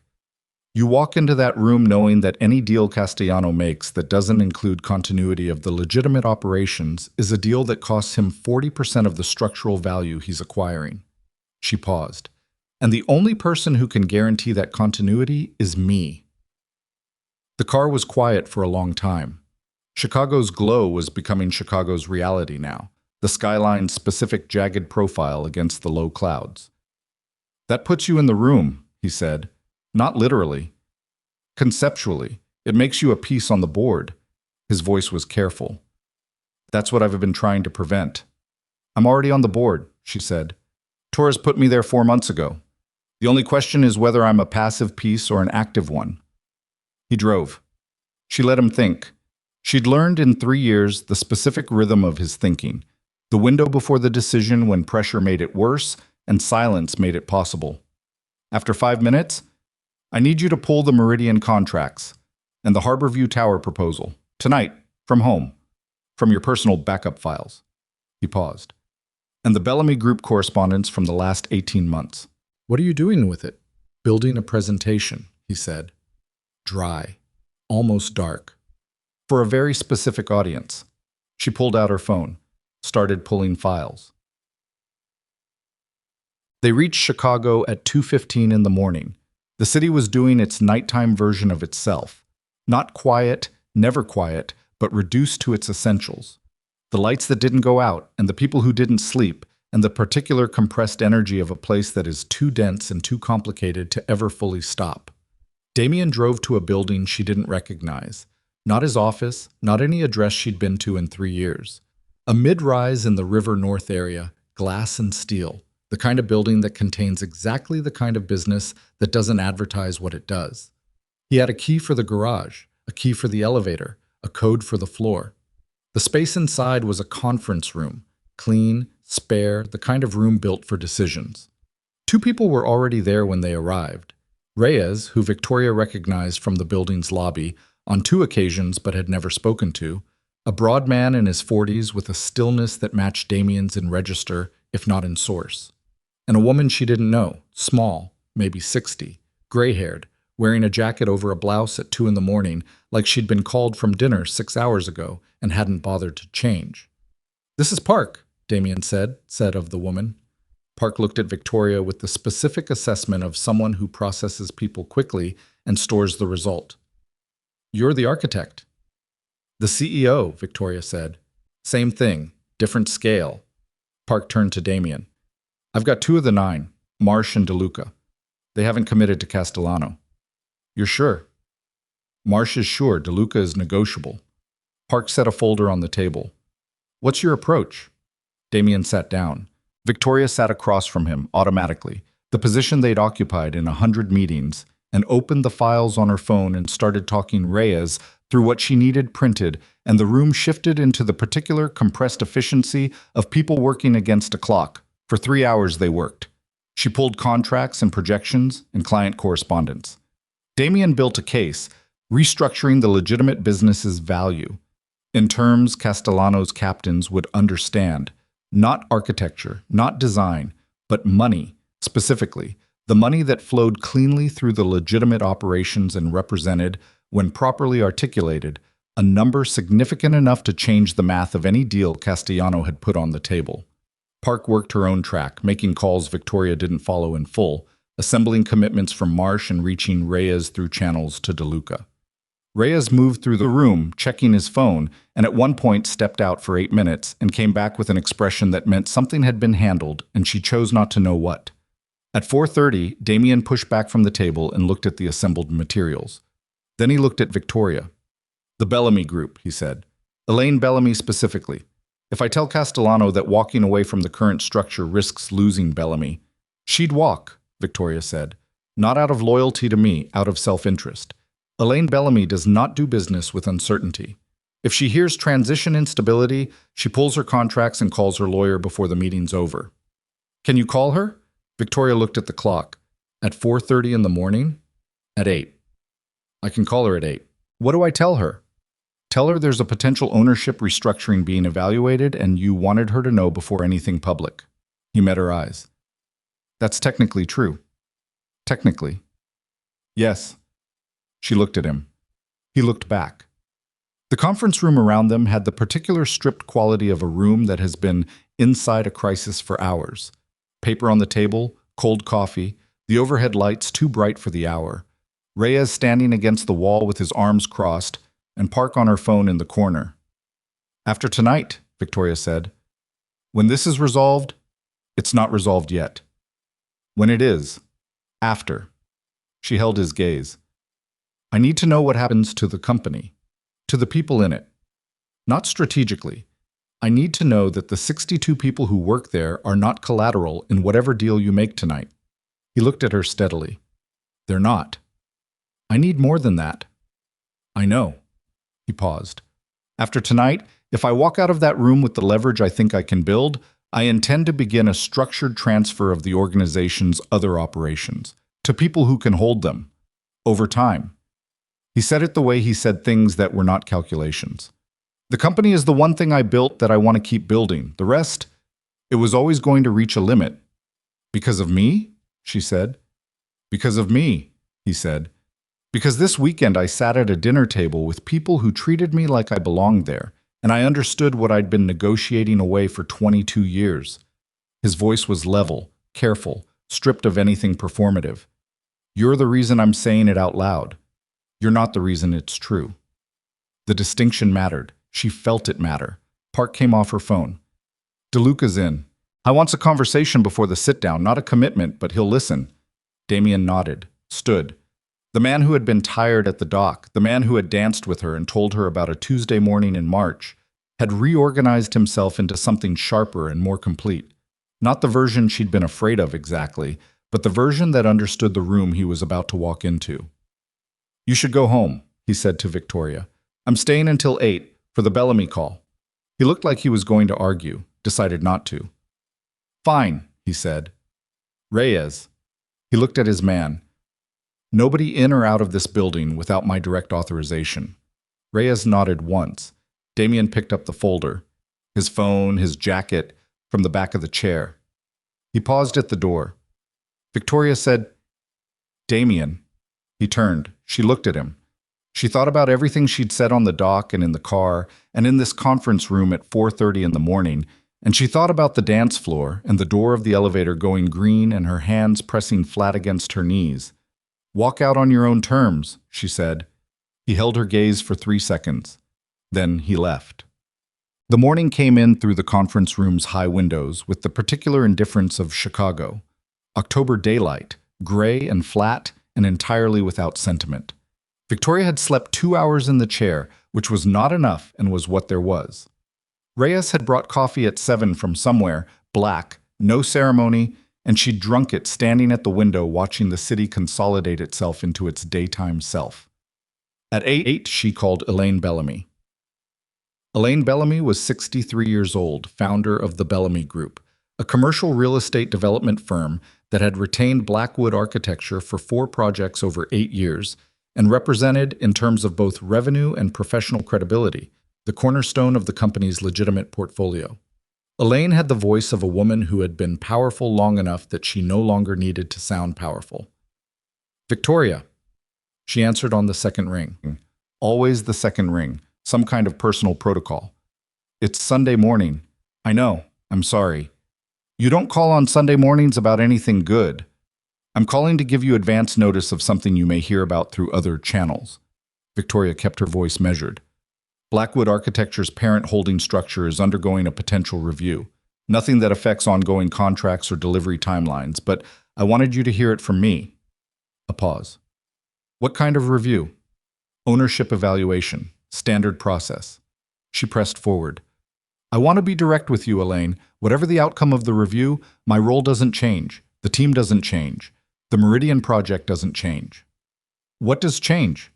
Nothing affecting you. That's why I'm calling. Another pause. Longer. The sound of Elaine thinking, which was the sound of someone running numbers and scenarios simultaneously. Victoria. If there's instability at the board level, there isn't. This is a transition evaluation, not an instability. She kept the word from 3 seconds ago out of her voice completely.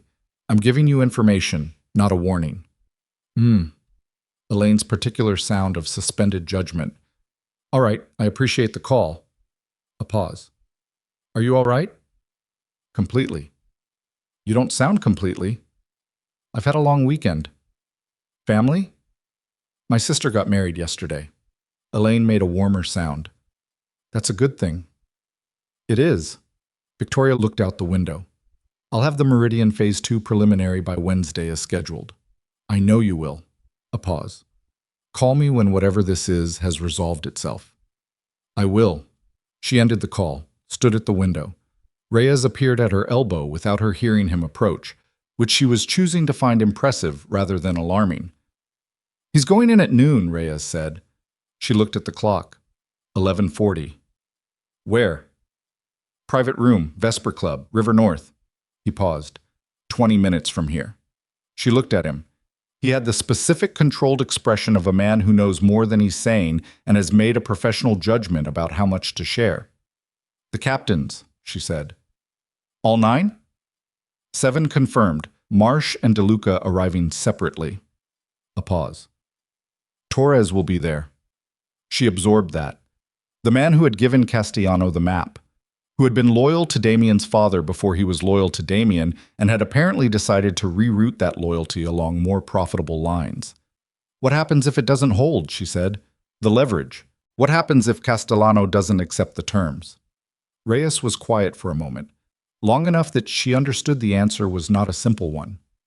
Then Damien makes a different kind of decision, he said, and the room gets smaller. She looked at the city. The gray October city, flat and enormous and containing somewhere within its grid a private room in a club in River North where a man she'd driven through the night for was about to walk in alone and ask 9 people to recalculate. Her phone buzzed. Damien. One message. The Bellamy call. Was it clean? She typed back, clean. She'll hold. A pause. Then, good.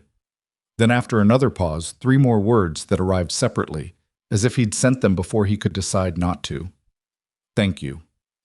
Victoria. She looked at the message for a long time. The particular punctuation of her name, not Miss Ashford, the 3 years of professional distance, not just the single word, but both. The full name, the way you say someone's name when you want to make sure they understand you mean specifically them. She set the phone down, looked at Reyes. I'm going to the Vesper Club, she said. Reyes looked at her. He said, I know what he said. She picked up her jacket.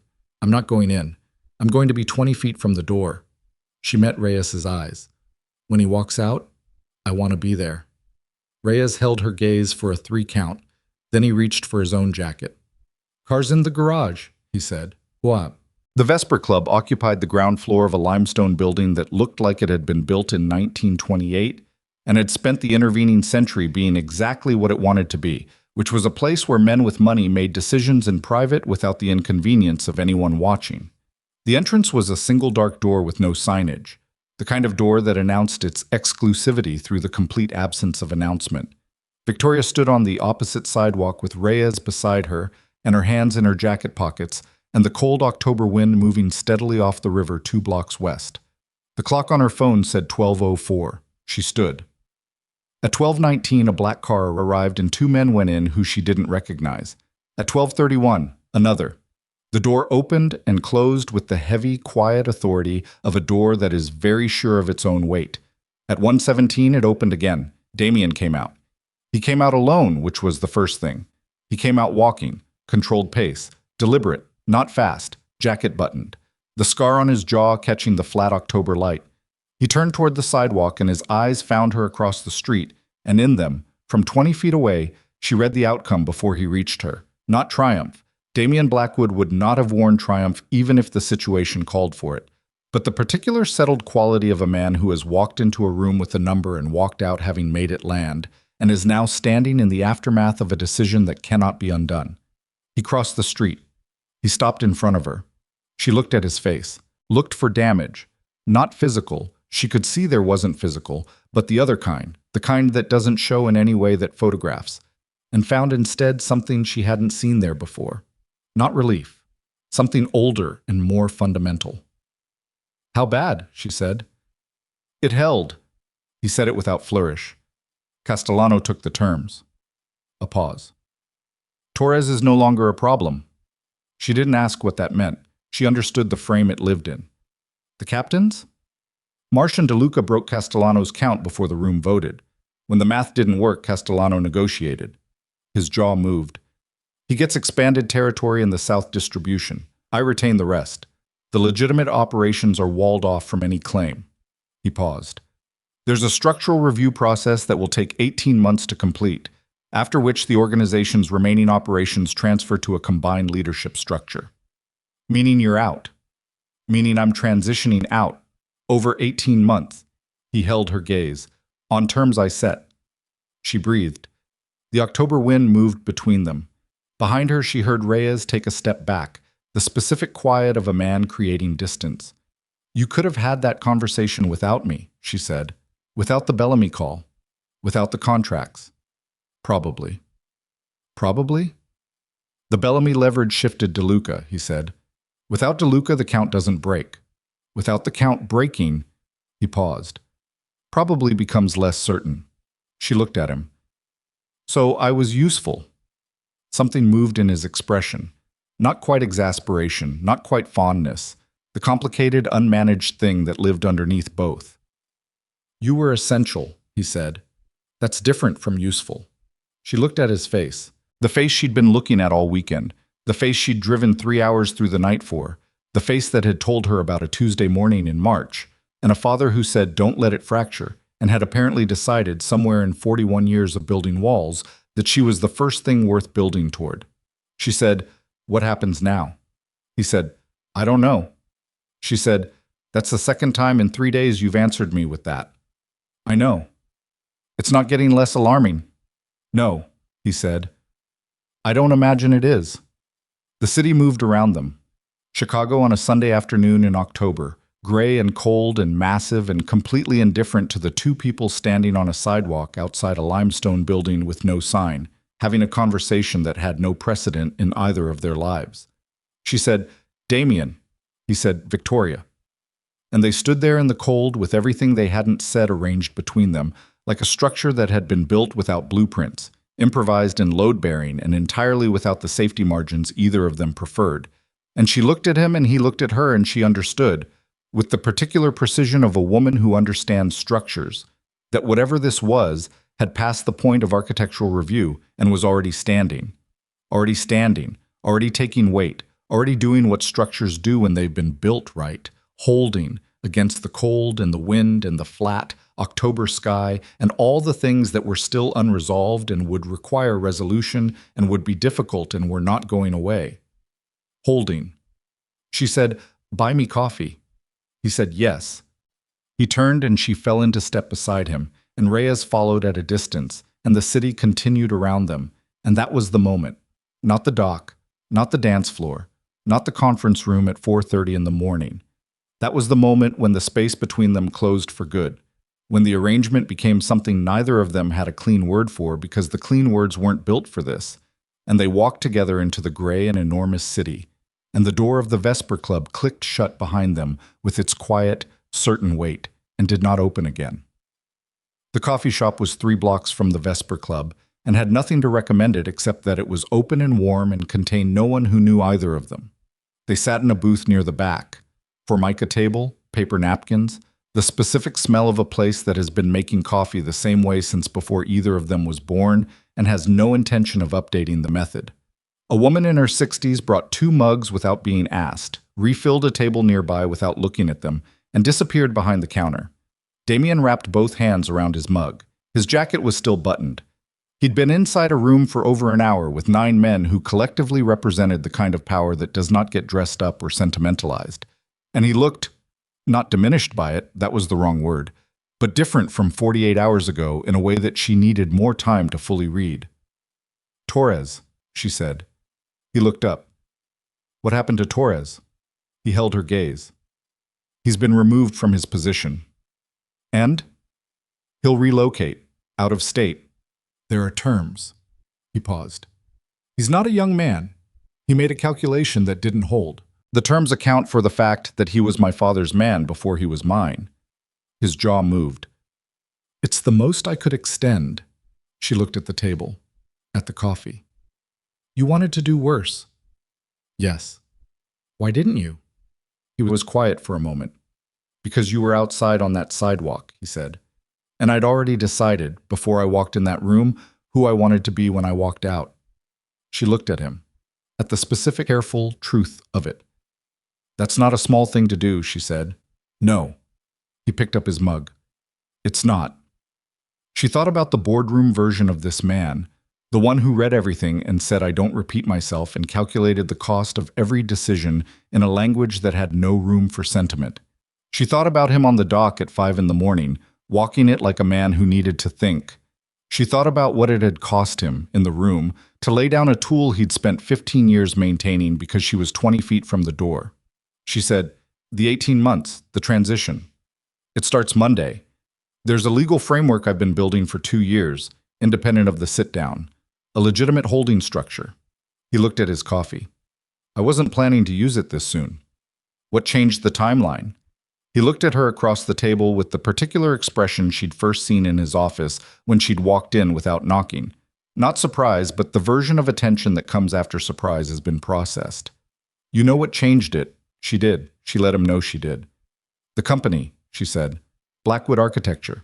After the transition, what happens to it structurally?" "It stays. Separately incorporated. Clean." He paused. "It was always meant to be the thing that lasted." "You never told me that. You never asked." She looked at him. "I'm asking now." He set down the mug. "When I built the company, I was 32.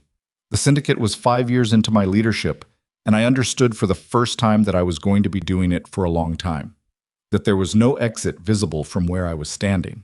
He paused. "The architecture company was, I don't know what you'd call it, evidence. that I could build something above ground, that not everything I touched had to operate in the dark. She looked at him.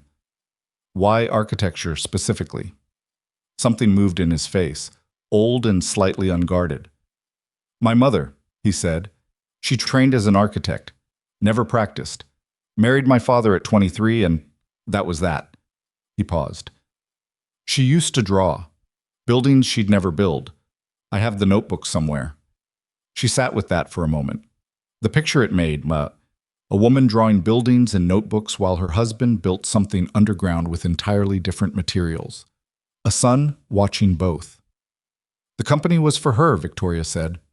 Partly, he looked at the table, and partly for the version of myself that might have existed if the choices had been different. He said it without self-pity, just the flat weight of fact. That version didn't get to exist, but the company does. She picked up her coffee. The woman behind the counter was doing something with a tray, the small domestic sounds of a place running its ordinary operations. Outside the window, Chicago was cold and enormous and did not care about any of this. I need to tell you something, Victoria said. He looked at her. When I walked into your office 3 weeks ago and asked you to come to the wedding, she stopped, restarted. I told myself it was a business arrangement, a clean transaction. I had a problem, you had resources, we exchanged them. She held his gaze. That was a lie I was telling myself. He was very still. I could have asked anyone, she said. I knew 2 other men who would have said yes without the complication of our professional relationship. Men my mother would have been equally satisfied with. She paused. I asked you because I wanted you there. I had wanted that for a while, and I hadn't let myself know that I wanted it, because knowing it meant… She stopped again. Meant what? He said. Quiet. Meant that I'd been building something without realizing it. In the margins of 3 years of quarterly reports and board meetings and arguments about design decisions, you had no business overriding. She almost smiled, not quite. I don't do things without realizing them. It unsettled me. He looked at her for a long moment. Outside the window, a bus went by. The woman behind the counter refilled something. The design decisions, he said. You overrode the fenestration spec on the Harborview Tower. The original spec was correct architecturally. It was wrong for the light. That's an aesthetic judgment. It's a livability judgment. The people who use the building will spend 30 years in that light. He said it with the mild certainty of a man who has held this position for a long time and is not surprised to be defending it again. I was right. You were right, she admitted. I still maintain you should have gone through the proper channel.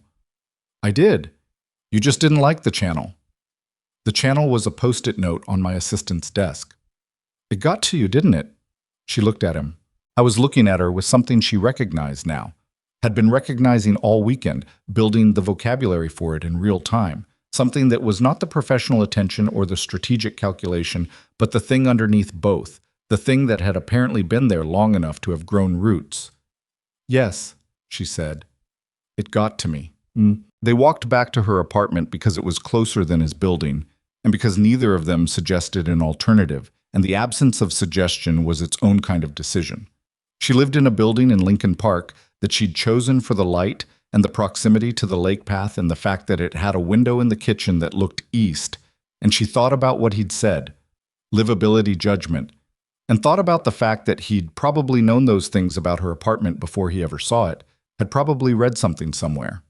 She made more coffee because the coffee shop coffee had been adequate, and her own was better, and it gave her hands something to do while he stood at the kitchen window and looked at the view, and she looked at him, looking at it. Sophie called, she said.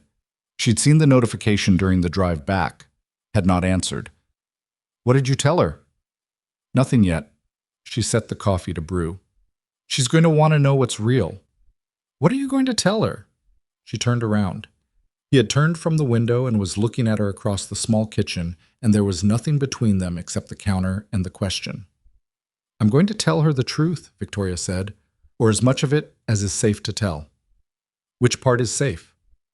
The part where it became real. She held his gaze. I'm not going to tell her how. I'm not going to tell her about Friday night or the texts or the drive back. I'm going to tell her that what she saw at the wedding was not a performance. She paused. Is that accurate? He crossed the kitchen in 3 steps and stopped in front of her with the same 3-step precision he'd used in the conference room at 4 in the morning, the specific, purposeful movement of a man who has decided something and is acting on the decision before he can reverse it.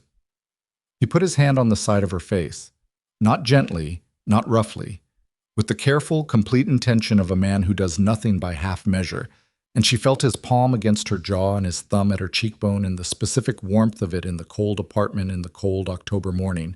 And she looked at him and he looked at her and he said very quietly, "It's accurate." She kissed him, or he kissed her.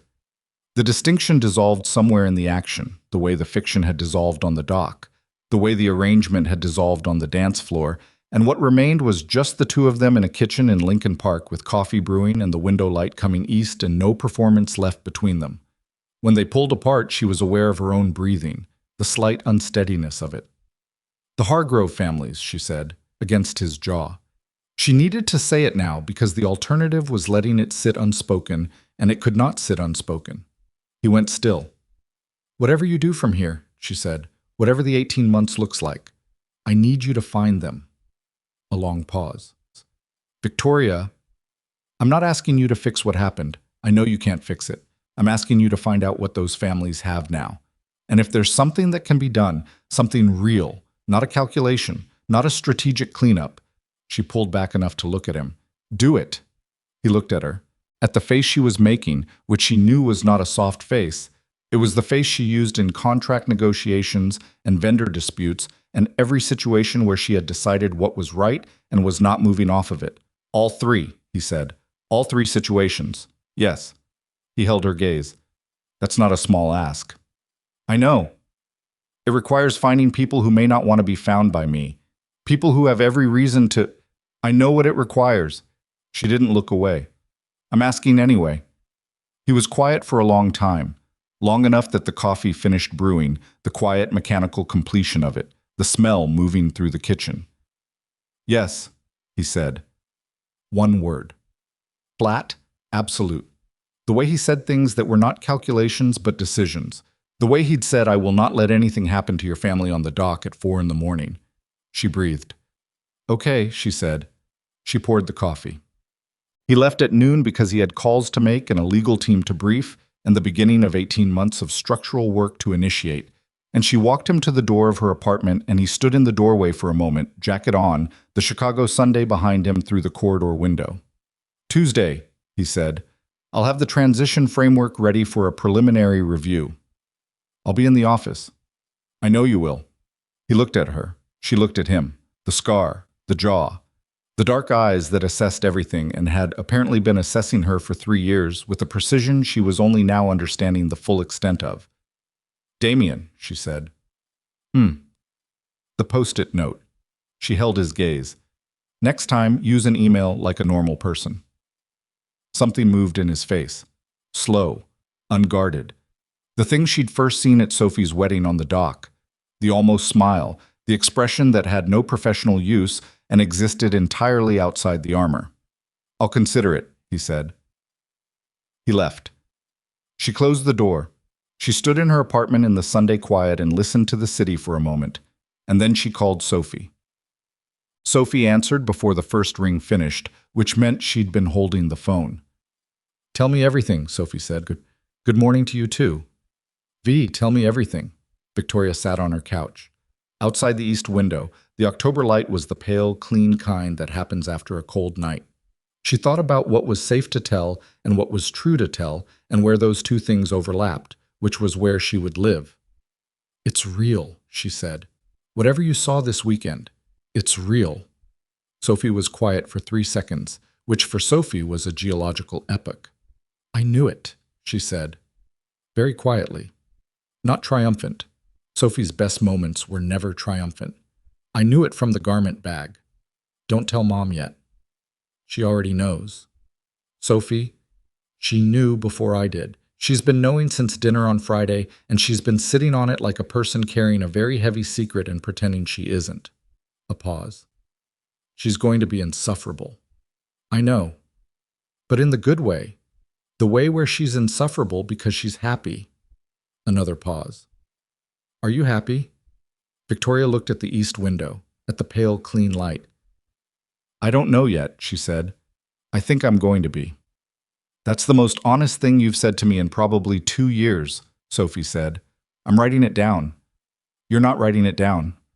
I'm writing it down. She could hear the smile in it. I'm really happy for you, V. Victoria looked at the light. Thank you for the wedding, she said. It was... She stopped. It was exactly what it should have been. It was, Sophie agreed. Marcus cried. Did I tell you that? During my vows. He just... Her voice softened. He just cried. Right there, in front of everyone. I saw. I know you saw. You were the only other person not crying. Victoria didn't respond to that. V, Sophie said, gently. I need to go, Victoria said. I have things to deal with.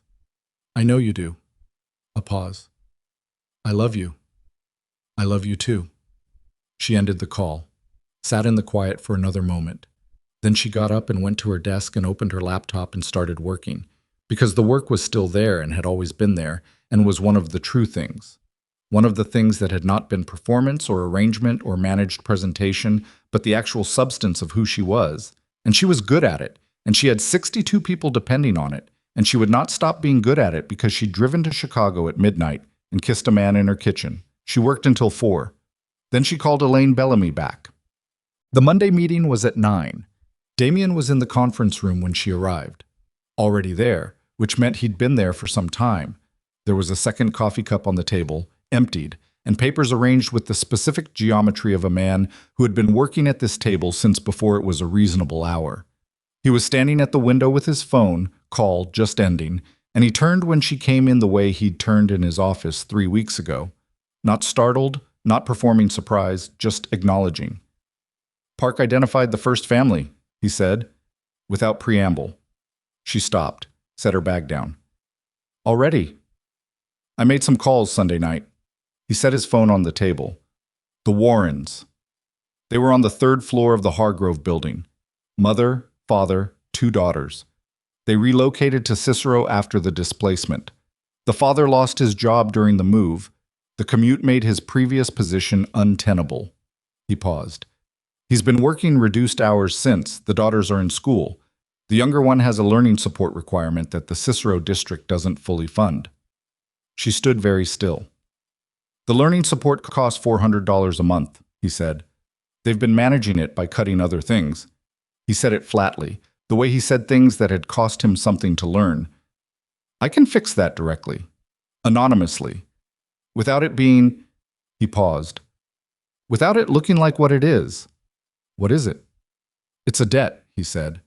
It's a debt that can't be paid in full, and I know that, and I'm paying what I can. He held her gaze. Is that enough? She looked at him, at the man who ran numbers in the margins of everything he did and was currently running a different kind of number, the kind that doesn't balance. It's a start, she said. He nodded, picked up the papers. The legal team has the framework ready. I need you to review the architecture company's separation agreement before we file. He set the papers in front of her. You'll see your name in Section 4. She looked at him. My name. As independent CEO with full operational authority over the legitimate entity post-transition. He sat down across from her.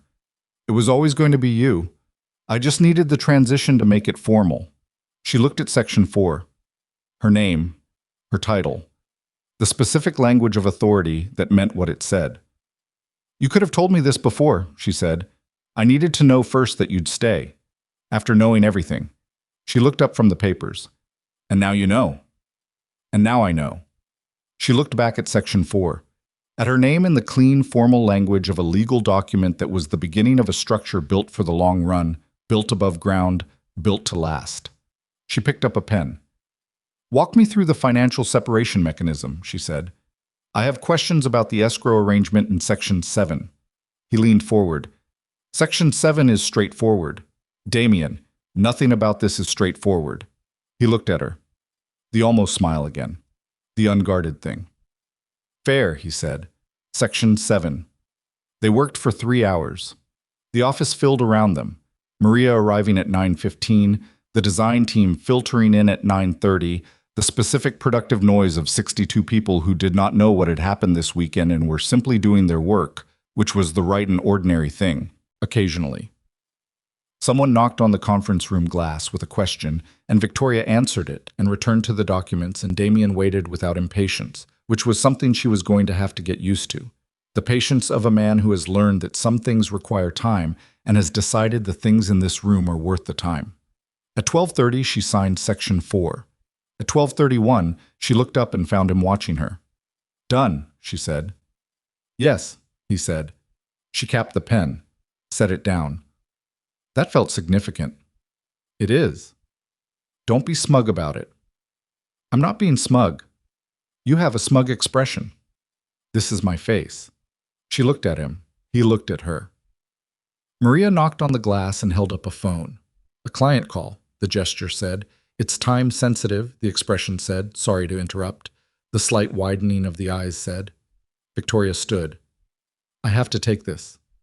"Go," he said. She went to the door, stopped.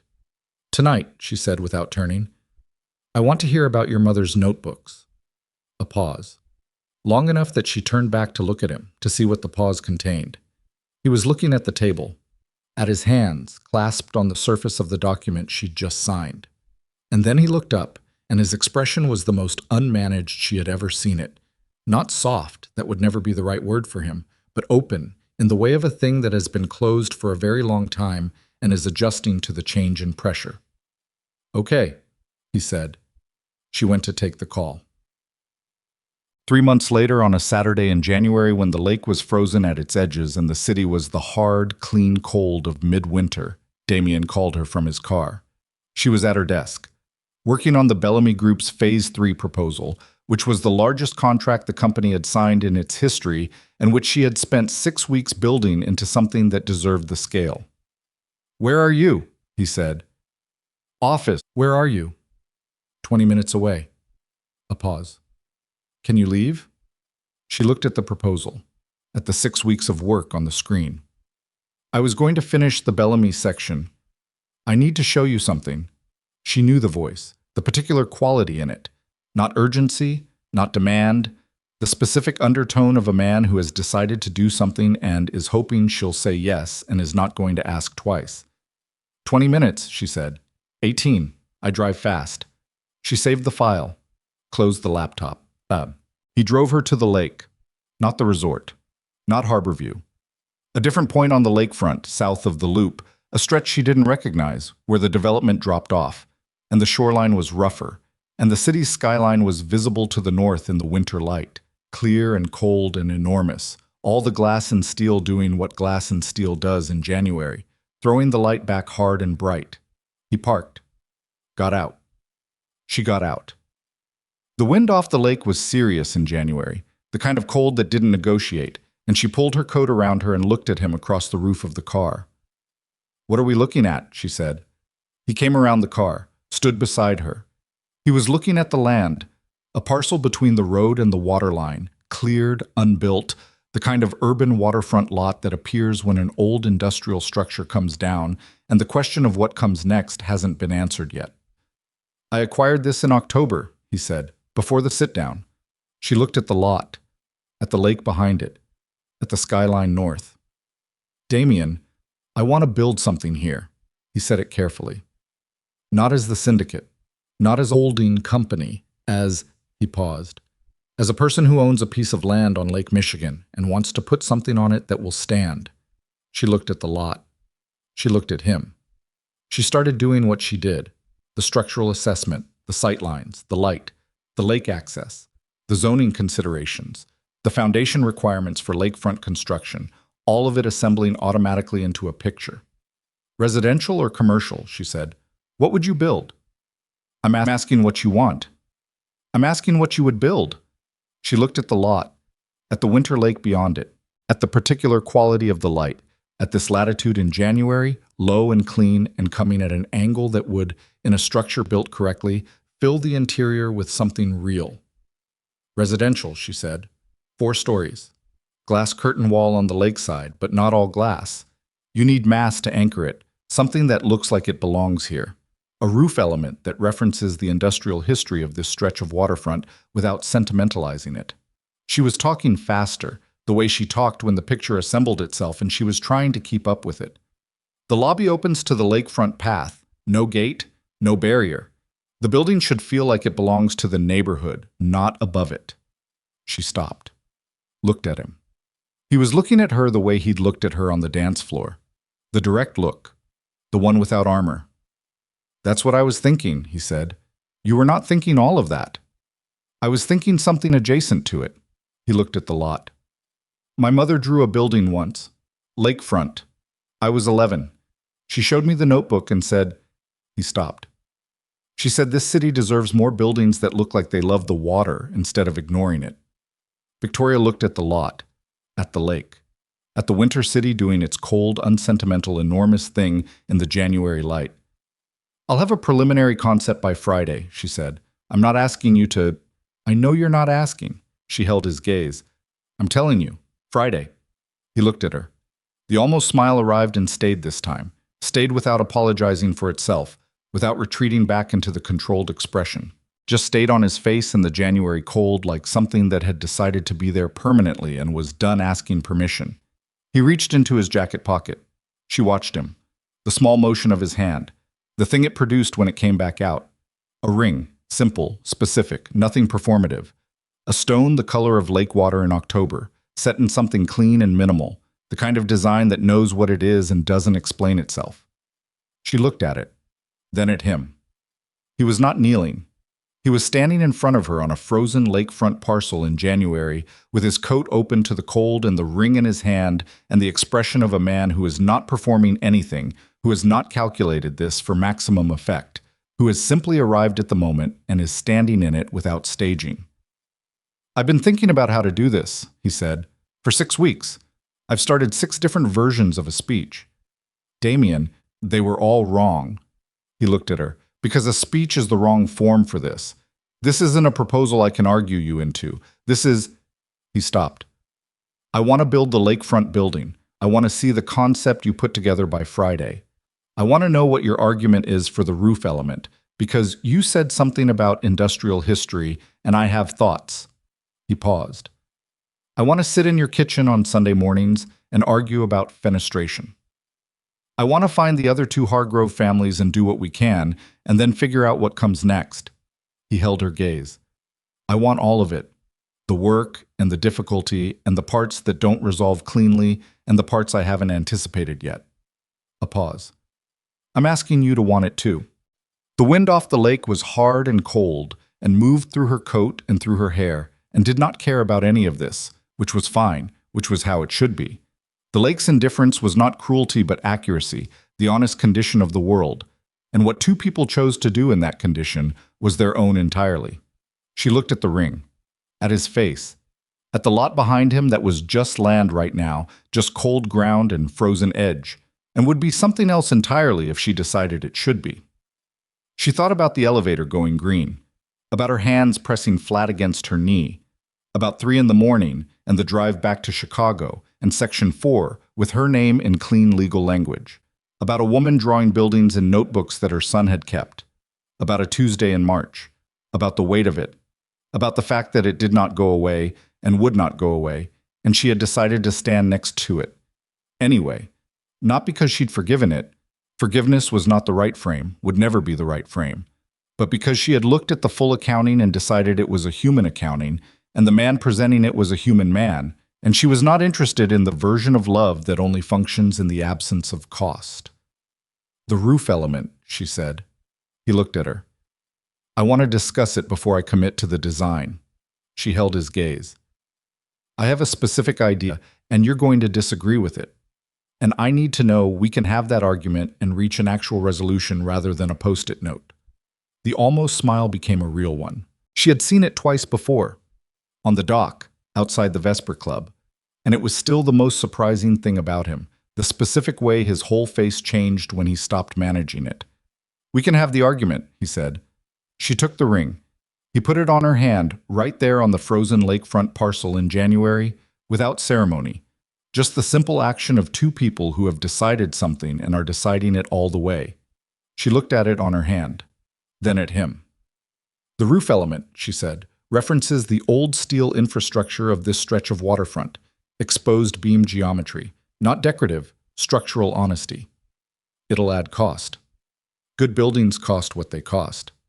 You're going to quote that back at me every time you go over budget. Yes, she said, I am.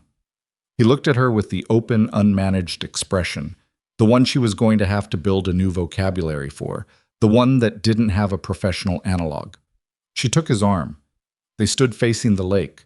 The city was north, cold and enormous, and doing its relentless thing, and the lake was in front of them, gray and winter-hard, and going on for miles in the flat January light. Your mother would have liked this lot, she said. He was quiet for a moment. Yes, he said. She would have. The wind moved, the lake moved, the city did its enormous ordinary work behind them. They stood on the frozen ground of something that was not yet built and would be built, because that was the decision, because that was the thing she was, a person who looked at empty ground and saw the structure it could hold, who understood that the most important question about a building is not what it looks like when it's finished, but what it was built for, and whether the foundation was honest. This one was. She knew it the way she knew good architecture, not immediately, not from a single angle, but from the accumulation of evidence, from the inspection of what was underneath, from the patient work of understanding a thing from the inside out. From all of that, she knew. They stood there until the cold became something they both noticed and agreed, without saying so, to address. He moved first, a hand at her back, the smallest direction, the gesture of a man who does things without half measures when he has decided to do them. She moved with it. They walked back to the car. The frozen lot stayed behind them, empty and waiting, holding the shape of what was coming the way good land always does, patiently, without comment, available for whoever decides to build something worth standing. The city took them back in. The lake stayed cold. The notebooks were in a box in a building on the north side, and she would see them on Sunday, and she would sit with them in the kitchen light and look at what a woman had drawn when she imagined the buildings she would never build. And she would understand, in the way you understand the things that matter, that every building that gets made carries inside it the shadow of the one that didn't. And that sometimes the shadow is the truest part, the most honest record of what someone loved. She would look at those drawings and know why the company existed. She would look at Damien across the kitchen table and know why it endured. And on a morning in the following spring, when the lakefront lot had moved from ground to foundation to rising frame, she would stand at the site in the early light before the crew arrived and put her hand against the concrete and feel it solid under her palm and think, this is what it is. This is what it was always going to be. Not the absence of damage or cost or the complicated history of two people who came to each other through difficult territory, but the thing you build anyway, on the honest ground of what is real, with your eyes open and your name on the plans. That was enough. That was, in the end, more than enough. It was everything.